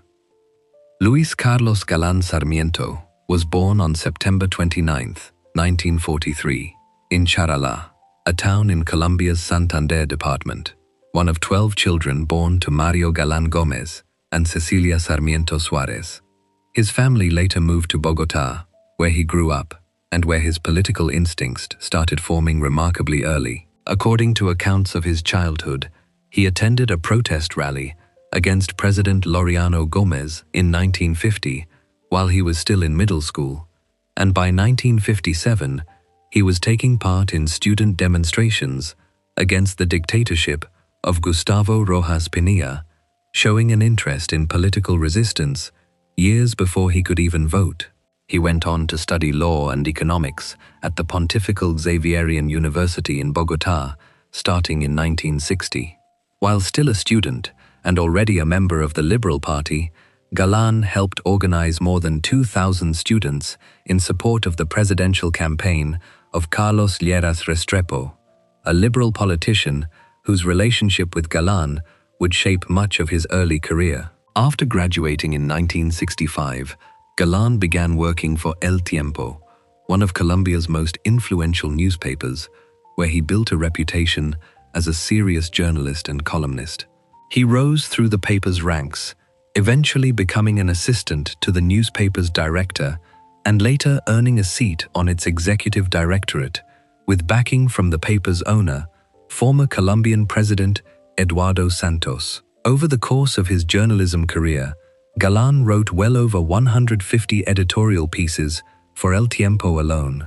He also became closely involved with a weekly magazine called Nueva Frontera, founded by former President Carlos Lleras Restrepo, and Galan eventually took over as its director in 1976, after returning from a diplomatic posting in Italy. Alongside his journalism, Galan's political career kept advancing. In 1966, he was elected head of the Economic Society of Friends of the Country, a long-standing Colombian civic institution, and served as secretary to Colombia's delegation at the United Nations Conference on Trade and Development, traveling to New Delhi and to the Middle East as part of that role. In 1970, at just 27 years old, President Misael Pastrana Borrero appointed Galan as Colombia's Minister of National Education. According to accounts of how the appointment happened, Pastrana surprised Galan in the middle of what Galan believed was simply a journalistic interview, telling him to stop taking notes because he would never get to publish the article he thought he was writing, since he was about to become the country's new education minister instead. Galan served in that role from August 1970 until May 1972. Most accounts of his tenure describe it as unremarkable rather than a defining success, but it launched him firmly into national politics. From 1972 to 1975, he served as Colombia's ambassador to Italy, a diplomatic posting that took him out of domestic politics for a few years before he returned home to resume his public career. In 1977, while directing Nueva Frontera, Galan wrote an editorial that would later look almost prophetic. In it, he denounced the growing presence of narcotics trafficking mafias inside Colombia and warned that these criminal organizations were already beginning to influence the country's broader social and political structure, years before Colombia's cocaine trade grew into the force it would become throughout the 1980s. The following year, in 1978, Galan was elected to the Colombian Senate for the first time, a seat he would go on to hold continuously until his death 11 years later. Then, in 1979, he founded a new political movement called Nuevo Liberalismo, or New Liberalism, built as a reformist breakaway faction within the broader Liberal Party. The movement was designed specifically to fight political corruption, to push back against what Colombians call clientelist politics, meaning a system built around trading favors and patronage rather than actual policy, and to address what Galan and his allies saw as a broader moral decline running through the country's political establishment. Over the following years, Galan became the group's undisputed and defining leader.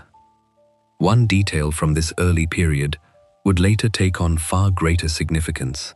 According to multiple accounts of Galan's political history, Pablo Escobar, the man who would eventually order his assassination, actually attempted to join Galan's new liberalism movement in its early years, seeking the same kind of political legitimacy that other emerging cartel figures were pursuing at the time by working their way into legitimate party structures.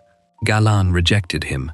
That personal snub, delivered years before either man had reached the height of his power, would end up mattering enormously once their conflict escalated into something far more lethal. In his personal life, Galan married a fellow journalist named Gloria Pachon Castro in 1971. Together they had children, including two sons, Juan Manuel and Carlos Fernando.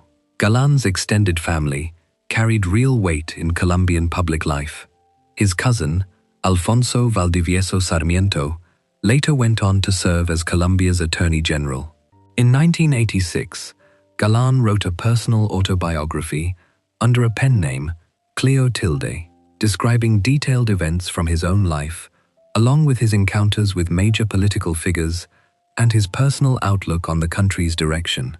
His true authorship of that book was not publicly revealed until 1994, 5 years after his death. By 1989, Galan had positioned himself for what many observers believed was an almost certain path to Colombia's presidency. With mediation from former Colombian President Julio César Turbay Ayala, Galan formally returned to the mainstream Liberal Party that same year and began seeking its official nomination for the 1990 presidential election. By the middle of 1989, polling from Colombian newspapers showed Galan with support from roughly 60% of voters, an overwhelming lead that made him the clear frontrunner in the race.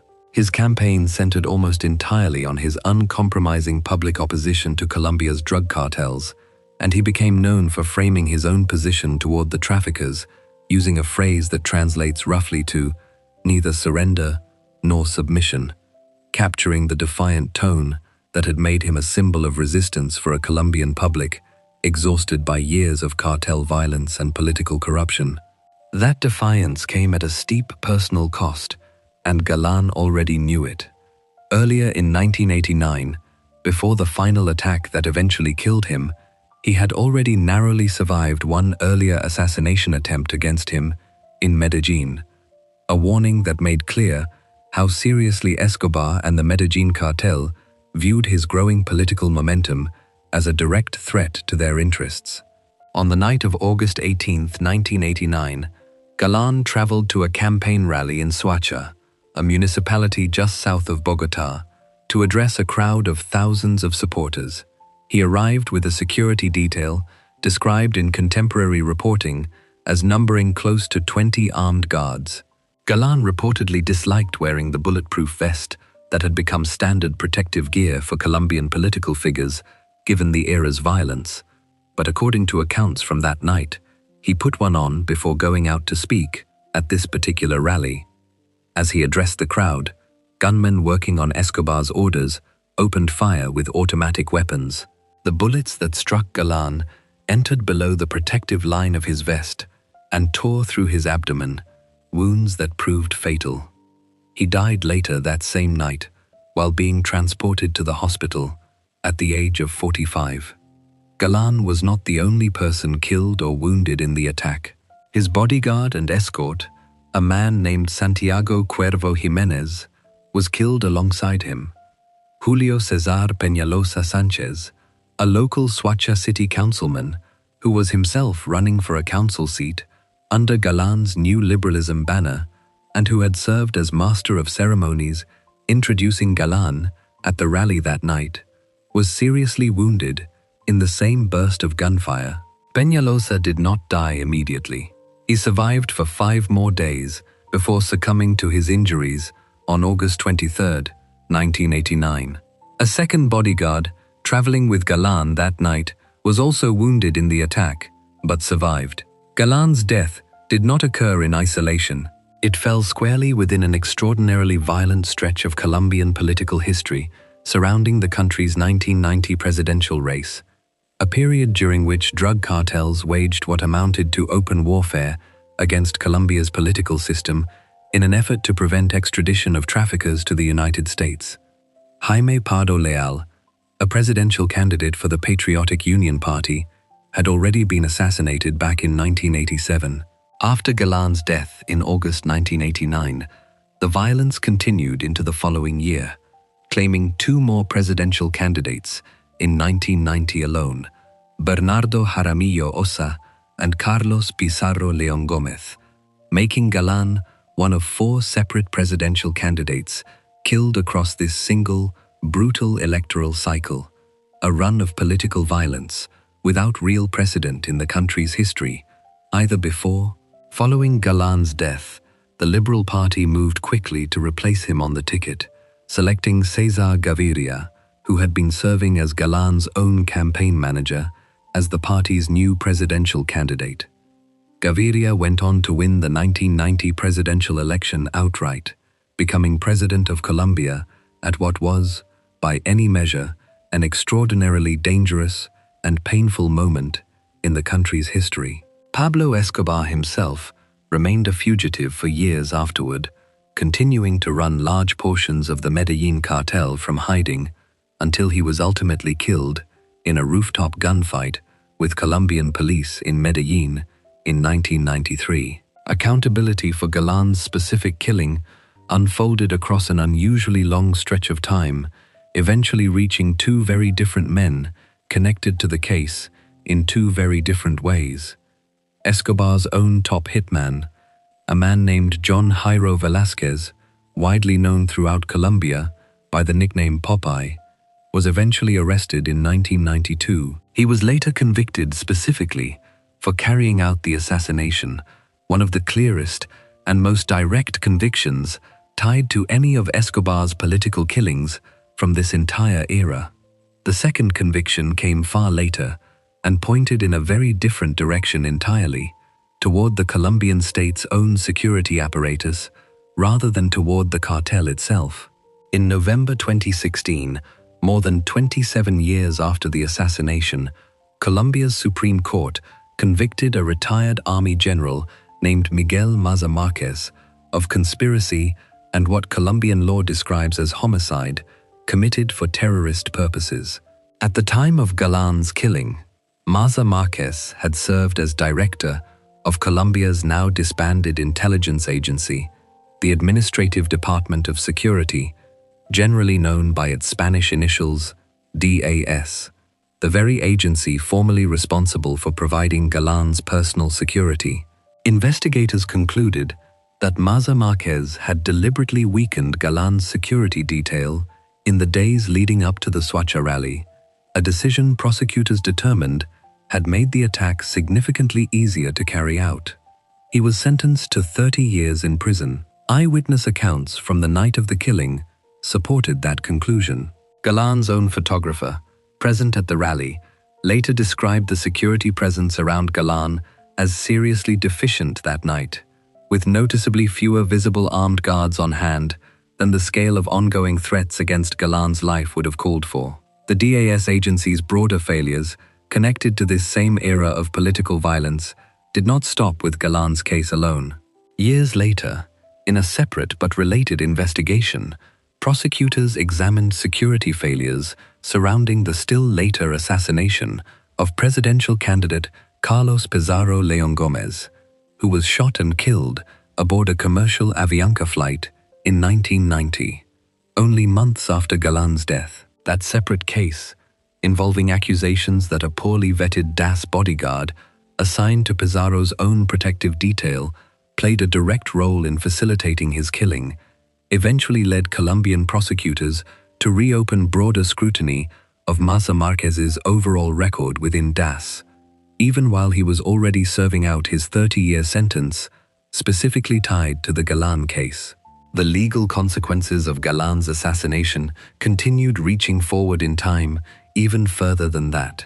In 2022, more than 3 decades after the attack in Suacha, a Colombian administrative court formally ruled that the national government, Colombia's Ministry of Defense, and its national police bore direct responsibility for the death of city councilman Julio César Peñalosa, the master of ceremonies, wounded alongside Galan, who died 5 days later.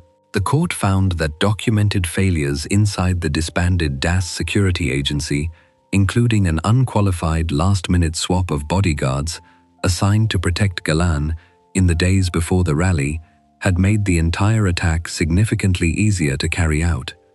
That 2022 ruling opened the door for Peñalosa's family to finally receive formal compensation from the Colombian state, more than 33 years after his death. What makes Galan's case stand apart, even within an era already defined by an extraordinary run of Colombian political killings, is how thoroughly both halves of the story eventually got documented and prosecuted. This was not simply a case of a cartel hit squad acting alone in the dark, later confirmed only through rumor and suspicion. It was a case where a convicted cartel hitman and a convicted former head of Colombia's own intelligence service both eventually went to prison, decades apart from one another, for their separate roles in the exact same single assassination, a rare instance in this entire violent chapter of Colombian history where both the trigger and the failure that allowed it to happen were each independently proven in court. Before we move on, if you're enjoying this analysis, please consider subscribing. It helps the channel tremendously. Galan's death did not end the bloodshed surrounding that election. Only 7 months later, another presidential candidate, one who had already survived the murder of the man who came before him in his own party's leadership, would be gunned down inside one of the busiest airports in the entire country, in an attack the same cartel would later openly claim credit for over the phone. Bernardo Jaramillo Ossa, presidential candidate, Colombia. Bernardo Jaramillo Ossa was born on September 2nd, 1956, in Manizales, a city in Colombia's Caldas department, into a poor family. His parents were Nidia Ossa Escobar and Bernardo Jaramillo Rios, and he had a sister named Clemencia. He finished his secondary schooling at the Instituto Manizales, and even during those school years, he showed the same instincts that would define the rest of his short life. While still in high school, and already troubled by the poverty he saw affecting people around him, he founded a small restaurant meant to serve people who otherwise struggled to afford food, a place that reportedly still carries his name today. During a student protest around that same period, he met a labor union leader named Rubén Darío Castaño, whom Jaramillo came to consider his political mentor. That connection led him into the Colombian Communist Youth Organization, where he rose into leadership positions while still young. Castaño himself would later be killed by paramilitary forces in November 1985, a preview of the same violence that would eventually claim Jaramillo's own life. Jaramillo graduated with a law degree from the University of Caldas in June 1981. From 1981 to 1985, he was a member of the Colombian Communist Party.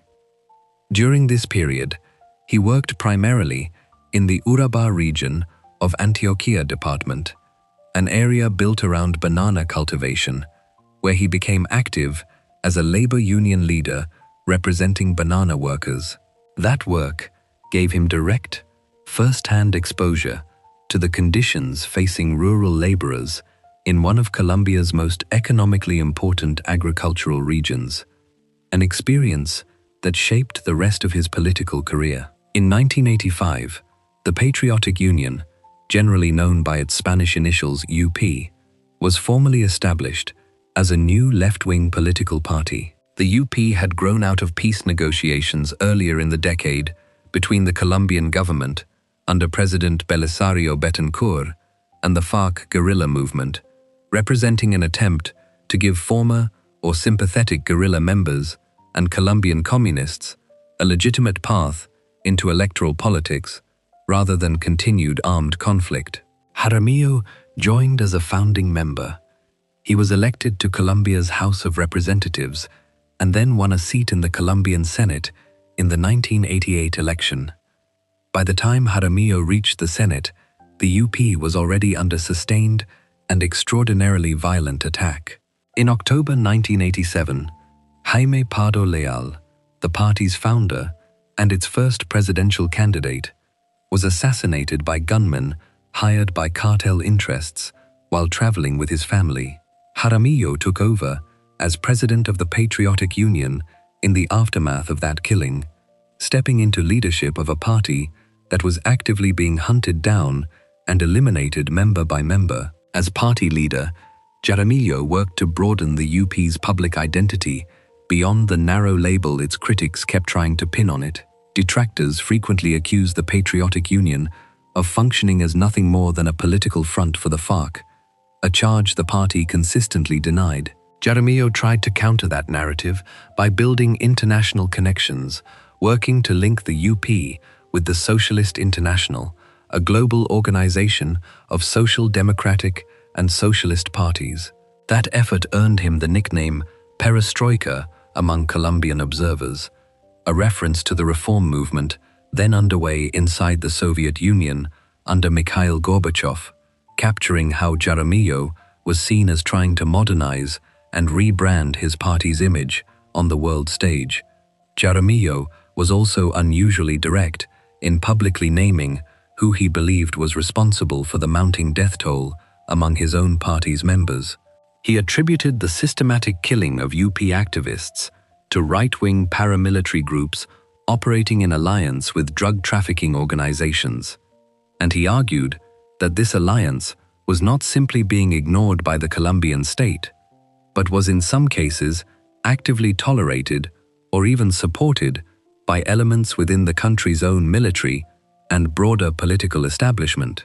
He specifically and publicly blamed President Virgilio Barco Vargas for ignoring clear evidence that drug cartels and parts of Colombia's armed forces were working together to build and finance the paramilitary structures responsible for killing his colleagues. Everything shifted again in August 1989, when Luis Carlos Galán, the frontrunner for Colombia's 1990 presidential election, was assassinated at a campaign rally outside Bogotá. In the aftermath of that killing, Jaramillo made a deliberate decision to position himself as the leading progressive alternative for the presidential race that remained. His standing among voters grew quickly. He also began actively building political bridges with other candidates running outside his own party, including Carlos Pizarro León Gómez, the former top commander of the M19 guerrilla movement, who had recently laid down arms and entered legitimate electoral politics as a presidential candidate in his own right. Pizarro would himself be assassinated roughly a month after Jaramillo, continuing the same pattern of violence that had already claimed Pardo Leal and Galán.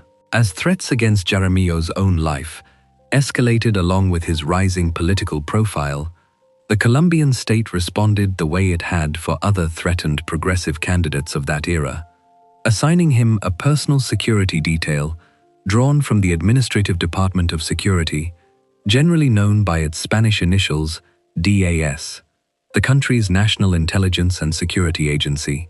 That was the same agency that had already failed to adequately protect Galán only months earlier, a failure that decades later would result in a formal criminal conviction against the agency's own former director. Fellow UP figures who lived through this period, including Ida Avella, later described the state's own protective apparatus with open suspicion, suggesting that in practice, this kind of government provided security, sometimes did as much harm as good, given how closely some of the same networks tied to protecting these candidates appeared connected to the very forces carrying out the killings. 2 days before his death, that suspicion took on an especially sharp public edge. Carlos Lemos Simons, Colombia's Minister of Government at the time, publicly dismissed Jaramillo's own accusations about paramilitary and cartel collusion, and instead suggested that the Patriotic Union itself functioned as the political branch of the FARC guerrilla movement, echoing exactly the accusation Jaramillo had spent years trying to shed. Jaramillo responded publicly that the charge was both unfair and entirely baseless, and he added that framing his party that way effectively amounted to a death sentence for him personally and for the rest of the UP's membership. Within 48 hours, that statement proved tragically accurate. Only 11 days before his assassination, on March 11, 1990, Jaramillo had just won election as a representative for Antioquia State in Colombia's congressional elections, a detail that shows just how actively his political career was still expanding right up until the very end. On the morning of March 22, 1990, Jaramillo was shot as he walked into the domestic terminal, sometimes referred to as the Puente Aéreo Terminal of Bogotá's El Dorado International Airport, at around 8 a.m. He was struck in the chest and throat. In the same burst of gunfire, his attacker, along with a police officer stationed nearby, and a woman bystander, who happened to be in the terminal at the time, were also wounded. As chaos spread through the crowded terminal, his wife and several of his bodyguards worked to get him into a car. He lost consciousness during that process. According to accounts of that morning, his final words to his wife, amid the confusion, were a plea asking her to hold him and keep him safe. He was rushed to a clinic run by Colombia's national police, but he died there roughly 2 hours after the shooting, before doctors could get him into surgery, reportedly following a delay in getting him up to the surgical floor inside the clinic's elevator. He was 33 years old. News of his death set off violent riots across parts of Colombia almost immediately. Jaramillo became the second Colombian presidential candidate assassinated within less than a year, following Galan's killing the previous August, and the second Patriotic Union presidential candidate specifically to be killed while serving as the party's leader, following Jaime Pardo Leal 3 years earlier. By the time Jaramillo died, right-wing death squads connected to drug traffickers and elements of Colombia's own army had already killed more than 900 members of the 5-year-old Patriotic Union. The party itself reported that 80 of its own members had been killed in 1990 alone, in less than 3 months since the year had begun, and it had already publicly accused the Colombian government of negligence and complicity in allowing that pattern of killing to continue unchecked. Responsibility for Jaramillo's death was disputed almost immediately and remains, in a formal legal sense, unresolved to this day. Colombian government officials initially pointed toward Pablo Escobar and the Medellin cartel, and an anonymous caller to a radio station in Medellin claimed the killing on behalf of a group calling itself the Extraditables, the same name used to claim responsibility for Galan's assassination the year before. Escobar himself publicly denied any involvement. According to Patriotic Union officials, he sent a written letter arguing that it made no sense for him to have ordered an attack against someone who had consistently opposed extraditing Colombian nationals to the United States, a position that lined up directly with Escobar's own most urgent personal interest, since fighting extradition was the singular cause driving nearly all of his violence during this period. Diego Montaña Cuellar, the Patriotic Union's own party president at the time, said publicly that he did not believe drug traffickers were actually behind the killing at all, placing blame instead on Minister Lemos Simmons, whose comments 2 days earlier had painted Jaramillo and his party as an armed guerrilla front. A separate anonymous call to a different Medellin radio station offered another explanation entirely, attributing the killing to a paramilitary organization led by a man named Fidel Castaño,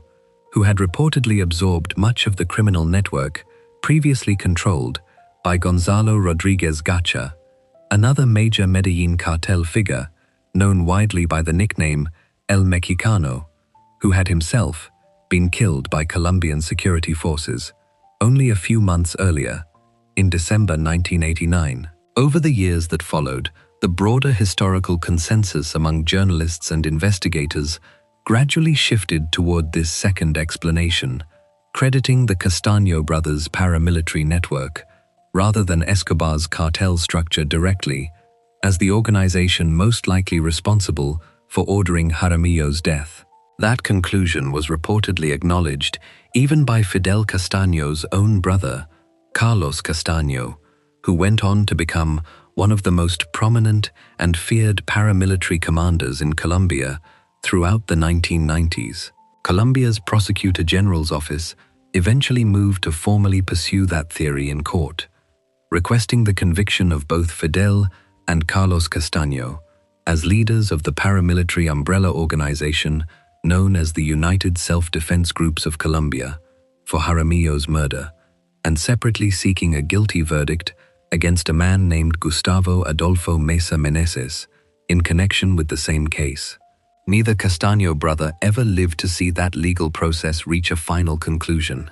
Fidel Castaño was killed in the mid-1990s during internal violence among rival paramilitary factions, and Carlos Castaño was killed by members of his own organization in 2004.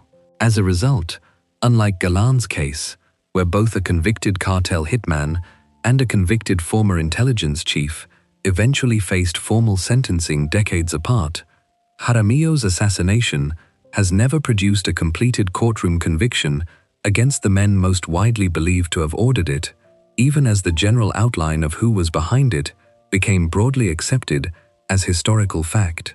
Jaramillo's death, arriving 7 months after Galan's assassination and roughly a month before Carlos Pizarro Leon Gomez was killed aboard a commercial flight, helped make Colombia's 1990 presidential election one of the deadliest campaign seasons for candidates recorded anywhere in the democratic world during that era, with 3 separate contenders for the country's highest office killed within a single election cycle, layered on top of Jaime Pardo Leal's killing as the party's first presidential candidate 3 years earlier. Together, these 4 killings, spread across less than 3 years, represent one of the most concentrated waves of political assassination any modern democracy has ever experienced during a single sustained period. Before we move on, if you're enjoying this analysis, please consider subscribing. It helps the channel tremendously. Not every official targeted during this era in Colombia was running for office at all. Some never appeared on a single ballot in their entire lives and were killed instead simply for doing their jobs inside the justice system itself, going after the same cartel money and power that had already claimed a senator, a justice minister, and 2 separate presidential candidates in the span of just a few violent years. Carlos Mauro Hoyos, Inspector General, Colombia. Carlos Mauro Hoyos Jimenez was born on July 26, 1939, in Támesis, a town in Colombia's Antioquia department.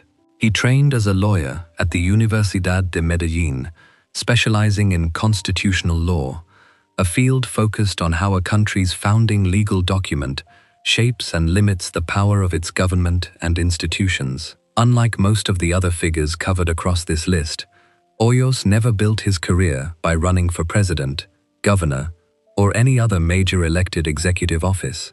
Instead, he rose steadily through a combination of judicial work, local government positions, and legislative service inside Colombia's Liberal Party, a path that eventually placed him at the very center of the country's fight against organized crime, without ever requiring him to win a single popular vote for that specific job.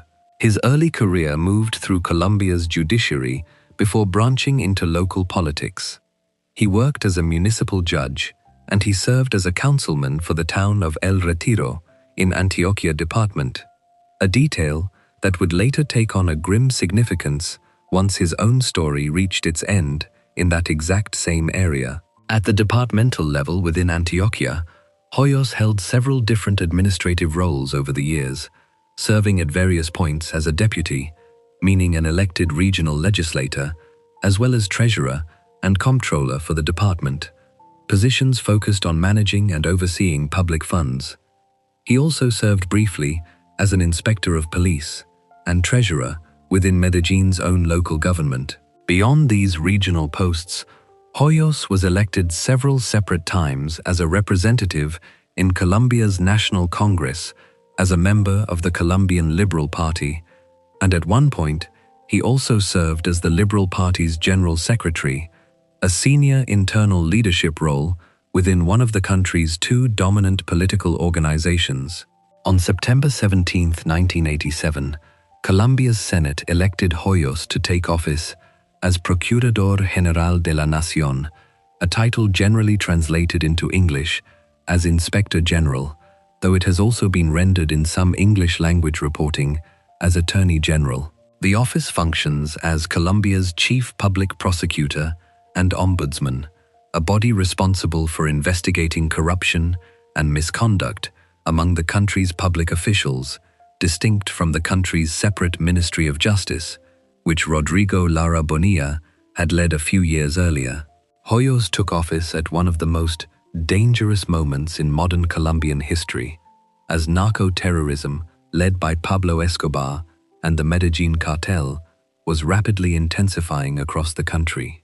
As Inspector General, Hoyos built a close working relationship with the United States Drug Enforcement Administration, cooperating directly with American counterparts as part of Colombia's broader fight against the cartel's growing violence. That relationship and the active role Hoyos took in pursuing narco-terrorism rather than simply overseeing routine corruption cases made him a specific and marked target for the Medellin cartel almost as soon as he took the job.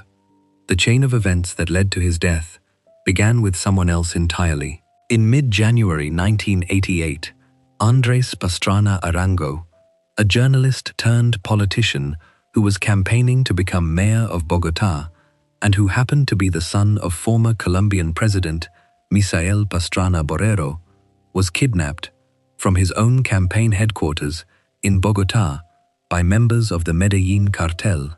The kidnapping was carried out with an explicit political purpose, intended to pressure the Colombian government into blocking the extradition of Escobar and other Medellin cartel leaders to face criminal charges in the United States. The same extradition fight that had already claimed Rodrigo Lara Bonilla's life nearly 4 years earlier. 1 week after Pastrana's abduction, on January 25, 1988, Hoyos himself was kidnapped while being driven along the road connecting El Retiro in Antioquia to the José María Córdoba International Airport near the town of Rio Negro. On his way home, after visiting Medellin, gunmen ambushed his vehicle during the drive. His 2 bodyguards, a man named Jorge Enrique Loaiza and another named Gonzalo Villegas, were killed in the attack. Hoyos himself was wounded but survived the initial ambush, and his kidnappers transported him to a ranch in the same rural area outside Medellin. In response to the kidnapping, Colombia's army launched sweeping military search operations across the region surrounding Medellin, looking simultaneously for Hoyos's captors and for whatever remaining trace could be found of the still missing Andrés Pastrana.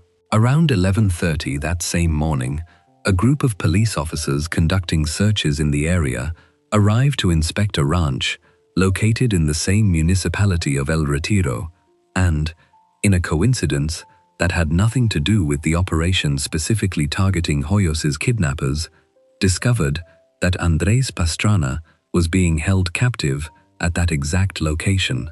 According to detailed accounts of that day, one police officer present at the scene reportedly even offered to take Pastrana's place in captivity in order to help facilitate his release, though Pastrana was ultimately rescued outright, rather than through any such exchange. Fernando Paneso, the governor of Antioquia department at the time, spoke with Pastrana directly following the rescue and told reporters that the mayoral candidate had described himself as fine, though a little tired from the ordeal. A police helicopter circled above the same ranch area as the operation unfolded. Hoyos himself did not share in that same fortunate outcome. Later that same day, January 25, 1988, acting on direct orders from Pablo Escobar, a Medellin cartel hitman named John Jairo Velázquez, widely known throughout Colombia by the nickname Popeye, executed Hoyos. Velázquez would go on to be arrested in 1992 and later convicted specifically for his role in assassinating presidential candidate Luis Carlos Galán the following year, in 1989, making him one of the very few individual cartel gunmen whose name is directly and formally connected, through separate criminal proceedings, to more than one of the major political assassinations carried out during this entire violent period of Colombian history. Hoyos's body was found later that same day, left at a farm outside Medellin. Ignacio Arboleda, a spokesman for the regional office of the Attorney General in Medellin, confirmed the discovery of the body to reporters at the scene, describing it as riddled with bullets, bound, and gagged, with his hands still cuffed at the time he was found. Public reaction to Hoyos's death was immediate and pointed. Former President Misael Pastrana, Andrés's own father, spoke publicly about the killing, saying that fulfilling Colombia's constitution and defending human rights had cost Hoyos his life. Then Senator Ernesto Samper, who would go on to become president of Colombia himself less than a decade later, serving from 1994 to 1998, said he deplored what he described as a renewed outbreak of violence, one that he said was only adding to what he called the dark, obscure night Colombia was living through at the time. Contemporary reporting on Hoyos's death placed it inside a much larger, ongoing assault on Colombia's entire justice system, rather than treating it as an isolated attack against a single official. In the 30 months leading up to his killing, at least 14 judges and at least 8 journalists, along with numerous police officers, had already been killed amid Colombia's escalating drug-related violence, a body count that made clear the Medellin cartel's war extended far beyond any one high-profile target and reached deep into the everyday functioning of Colombian courts, newsrooms, and police departments. Andrés Pastrana, having survived both his kidnapping and its resolution, went on to be elected mayor of Bogotá only weeks later, in March 1988, a position he held until 1990. He continued climbing Colombian politics for another decade afterward, eventually becoming president of Colombia himself, serving from 1998 to 2002, making him one of the very few major Colombian public figures from this era to survive a direct cartel kidnapping and go on to reach his country's highest office. What sets Hoyos's case apart from most of the other cases covered across this list is the simple fact that he never ran in a presidential, gubernatorial, or mayoral election in his life. His entire path toward becoming one of Colombia's most senior justice officials moved through a combination of judicial service, regional administrative posts, and legislative representation, culminating in an appointment by the Colombian Senate rather than a direct vote from the Colombian public. He was not targeted because voters had personally chosen him to lead them. He was targeted because Colombia's own legislature had placed him in charge of investigating exactly the kind of institutional corruption and criminal infiltration that the Medellin cartel depended on in order to keep operating, and because Hoyos chose to use that position in close and active partnership with American drug enforcement officials to pursue the cartel directly rather than treat the job as a quiet, ceremonial oversight role. Hoyos's assassination arrived less than 4 years after Rodrigo Lara Bonilla's killing as Colombia's justice minister, and it added directly to a mounting and unmistakable pattern. By early 1988, Colombia's own cabinet ministries, its courts, and its independent oversight offices had all become confirmed, proven targets in the Medellin cartel's escalating campaign against extradition, a campaign that treated any Colombian institution capable of threatening the cartel's freedom, regardless of whether its leader had ever appeared on a single election ballot, as a legitimate object of assassination. Before we move on, if you're enjoying this analysis, please consider subscribing. It helps the channel tremendously. Not everyone on this list who confronted Colombia's cartels in this era had spent decades slowly climbing through courts, councils, and congressional seats the way Hoyos had. One presidential candidate was killed on his own family farm by a gunman barely into his teenage years, in an ambush that would leave behind one of the most unsettling and least resolved killings of Colombia's entire bloody political era. Jaime Pardo Leal, presidential candidate, Colombia. Jaime Pardo Leal was born on March 28, 1941, in Ubaque, a town in Colombia's Cundinamarca department. From the age of 13, he was already involved in student protests and political action, showing an early pull toward activism that would define the rest of his life. He studied law at the National University of Colombia, and while still a student, at around 20 years old, he became vice president of the Federation of Colombian Students.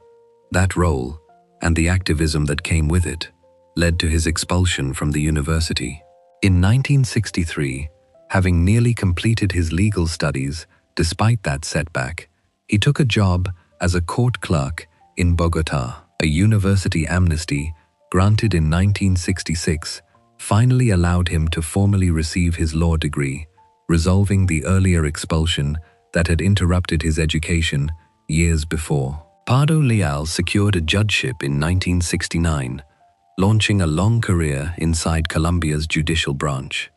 In 1974, he helped organize ASUNAL, the country's National Association of Judicial Workers, and led the group through several nationwide strikes aimed at improving working conditions for judicial employees. That labor organizing built him a genuine following among court workers, but it also earned him real hostility from others within the judicial branch who saw his strike activity as disruptive. From 1979 to 1985, he served as a magistrate on Bogotá's Superior Tribunal, one of the more senior positions available inside the city's court system. The same enmity his union work had generated years earlier eventually caught up with him professionally, and he was not re-elected to continue as a magistrate around 1985, a career setback that became the actual starting point for his full turn toward electoral politics. Around this same period, peace negotiations between the Colombian government under President Belisario Betancourt and the FARC guerrilla movement led to the creation of a new political party, the Patriotic Union, generally known by its Spanish initials UP. Pardo Leal was brought in as an advisor to the new party as it took shape. He had also spent years as an active member of the Colombian Communist Party, and his experience organizing judicial workers made him a natural fit for a movement built around representing labor and left-leaning political interests inside a legitimate electoral structure rather than through armed conflict. In Colombia's March 1986 presidential election, Pardo Leal ran as the Patriotic Union's candidate. Different tallies from the period give slightly different results, with some sources putting his final share of the vote at roughly 4.5%, while contemporary news reports from that same period cited a figure closer to 6%. Either way, it represented the strongest showing any leftist party had ever recorded in a Colombian presidential election up to that point.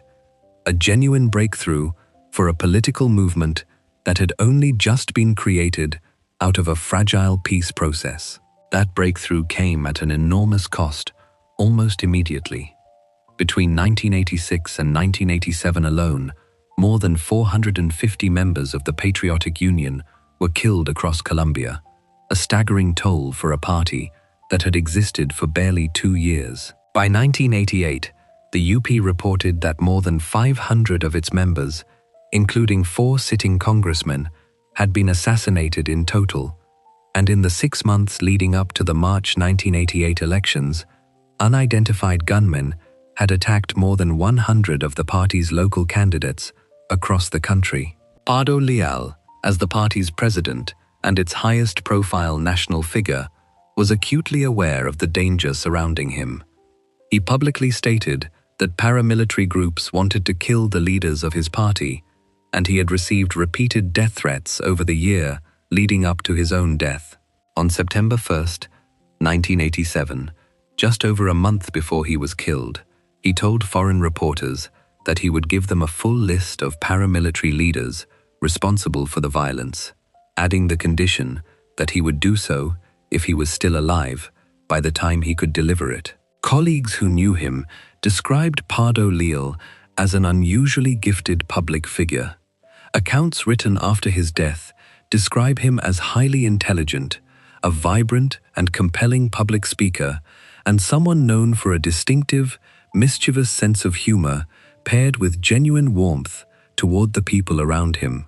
He was also described as a fearless and combative man, someone who did not hesitate to publicly name specific military officials he believed were involved in crimes against ordinary Colombians, a habit that generated deep hatred toward him among the country's most reactionary and right-wing political circles. In one often repeated remark attributed to him, Pardo Leal said that if death ever caught him by surprise, he did not fear it, describing himself as a man rooted in dialectical thinking, someone who believed that when he died, better people than himself would rise up to take his place in the struggle. On Sunday, October 11th, 1987, Pardo Leal was returning to Bogotá from a family outing. He was traveling with his wife, Gloria, and one of their 3 children, along with 2 plainclothes police officers assigned to protect him. As his vehicle moved along a rural highway near the town of La Mesa, roughly 45 miles southwest of Bogotá, he got out of the car to investigate what appeared to be a traffic accident blocking the road ahead. At least 3 men then emerged from a blue station wagon parked nearby and shot Pardo Leal 3 times in the head, according to initial police reports from that day. He was 46 years old. Reaction to his killing came quickly from across Colombian public life. Carlos Mauro Hoyos, at that time serving as Colombia's Inspector General, the same official whose own kidnapping and execution by the Medellin cartel would follow roughly 3.5 months later, commented publicly on Pardo Leal's death, saying that the state of law and order in the country was in bad shape, and that this particular killing showed the true degree of violence Colombians were living under at the time. It is a detail worth sitting with, that the man responsible for commenting on this assassination as a representative of Colombia's own justice system would himself be dead at the hands of the same broader campaign of violence before the following January was over. The specific responsibility behind Pardo Leal's killing points to one of the more unsettling details found anywhere across this entire era of Colombian political violence. According to later reporting, the person who actually pulled the trigger was reportedly just 14 years old at the time, a child recruited and used as a hired gunman who was himself later killed once his role in the assassination was no longer useful to the people who had hired him. Investigators identified drug lord José Gonzalo Rodríguez Gacha, a senior Medellin cartel figure known throughout Colombia by the nickname El Mexicano, as apparently having sponsored or financed the killing. Separately, Voz, the newspaper published by Colombia's Communist Party, released a report alleging direct links between members of Colombia's own military and Rodríguez Gacha in connection with the assassination, part of a broader pattern of allegations, consistent with claims Pardo Leal himself had made publicly before his death, that elements of the Colombian armed forces were actively collaborating with drug trafficking organizations and paramilitary groups to systematically eliminate the Patriotic Union's leadership. Pardo Leal's death did not slow the campaign against his party.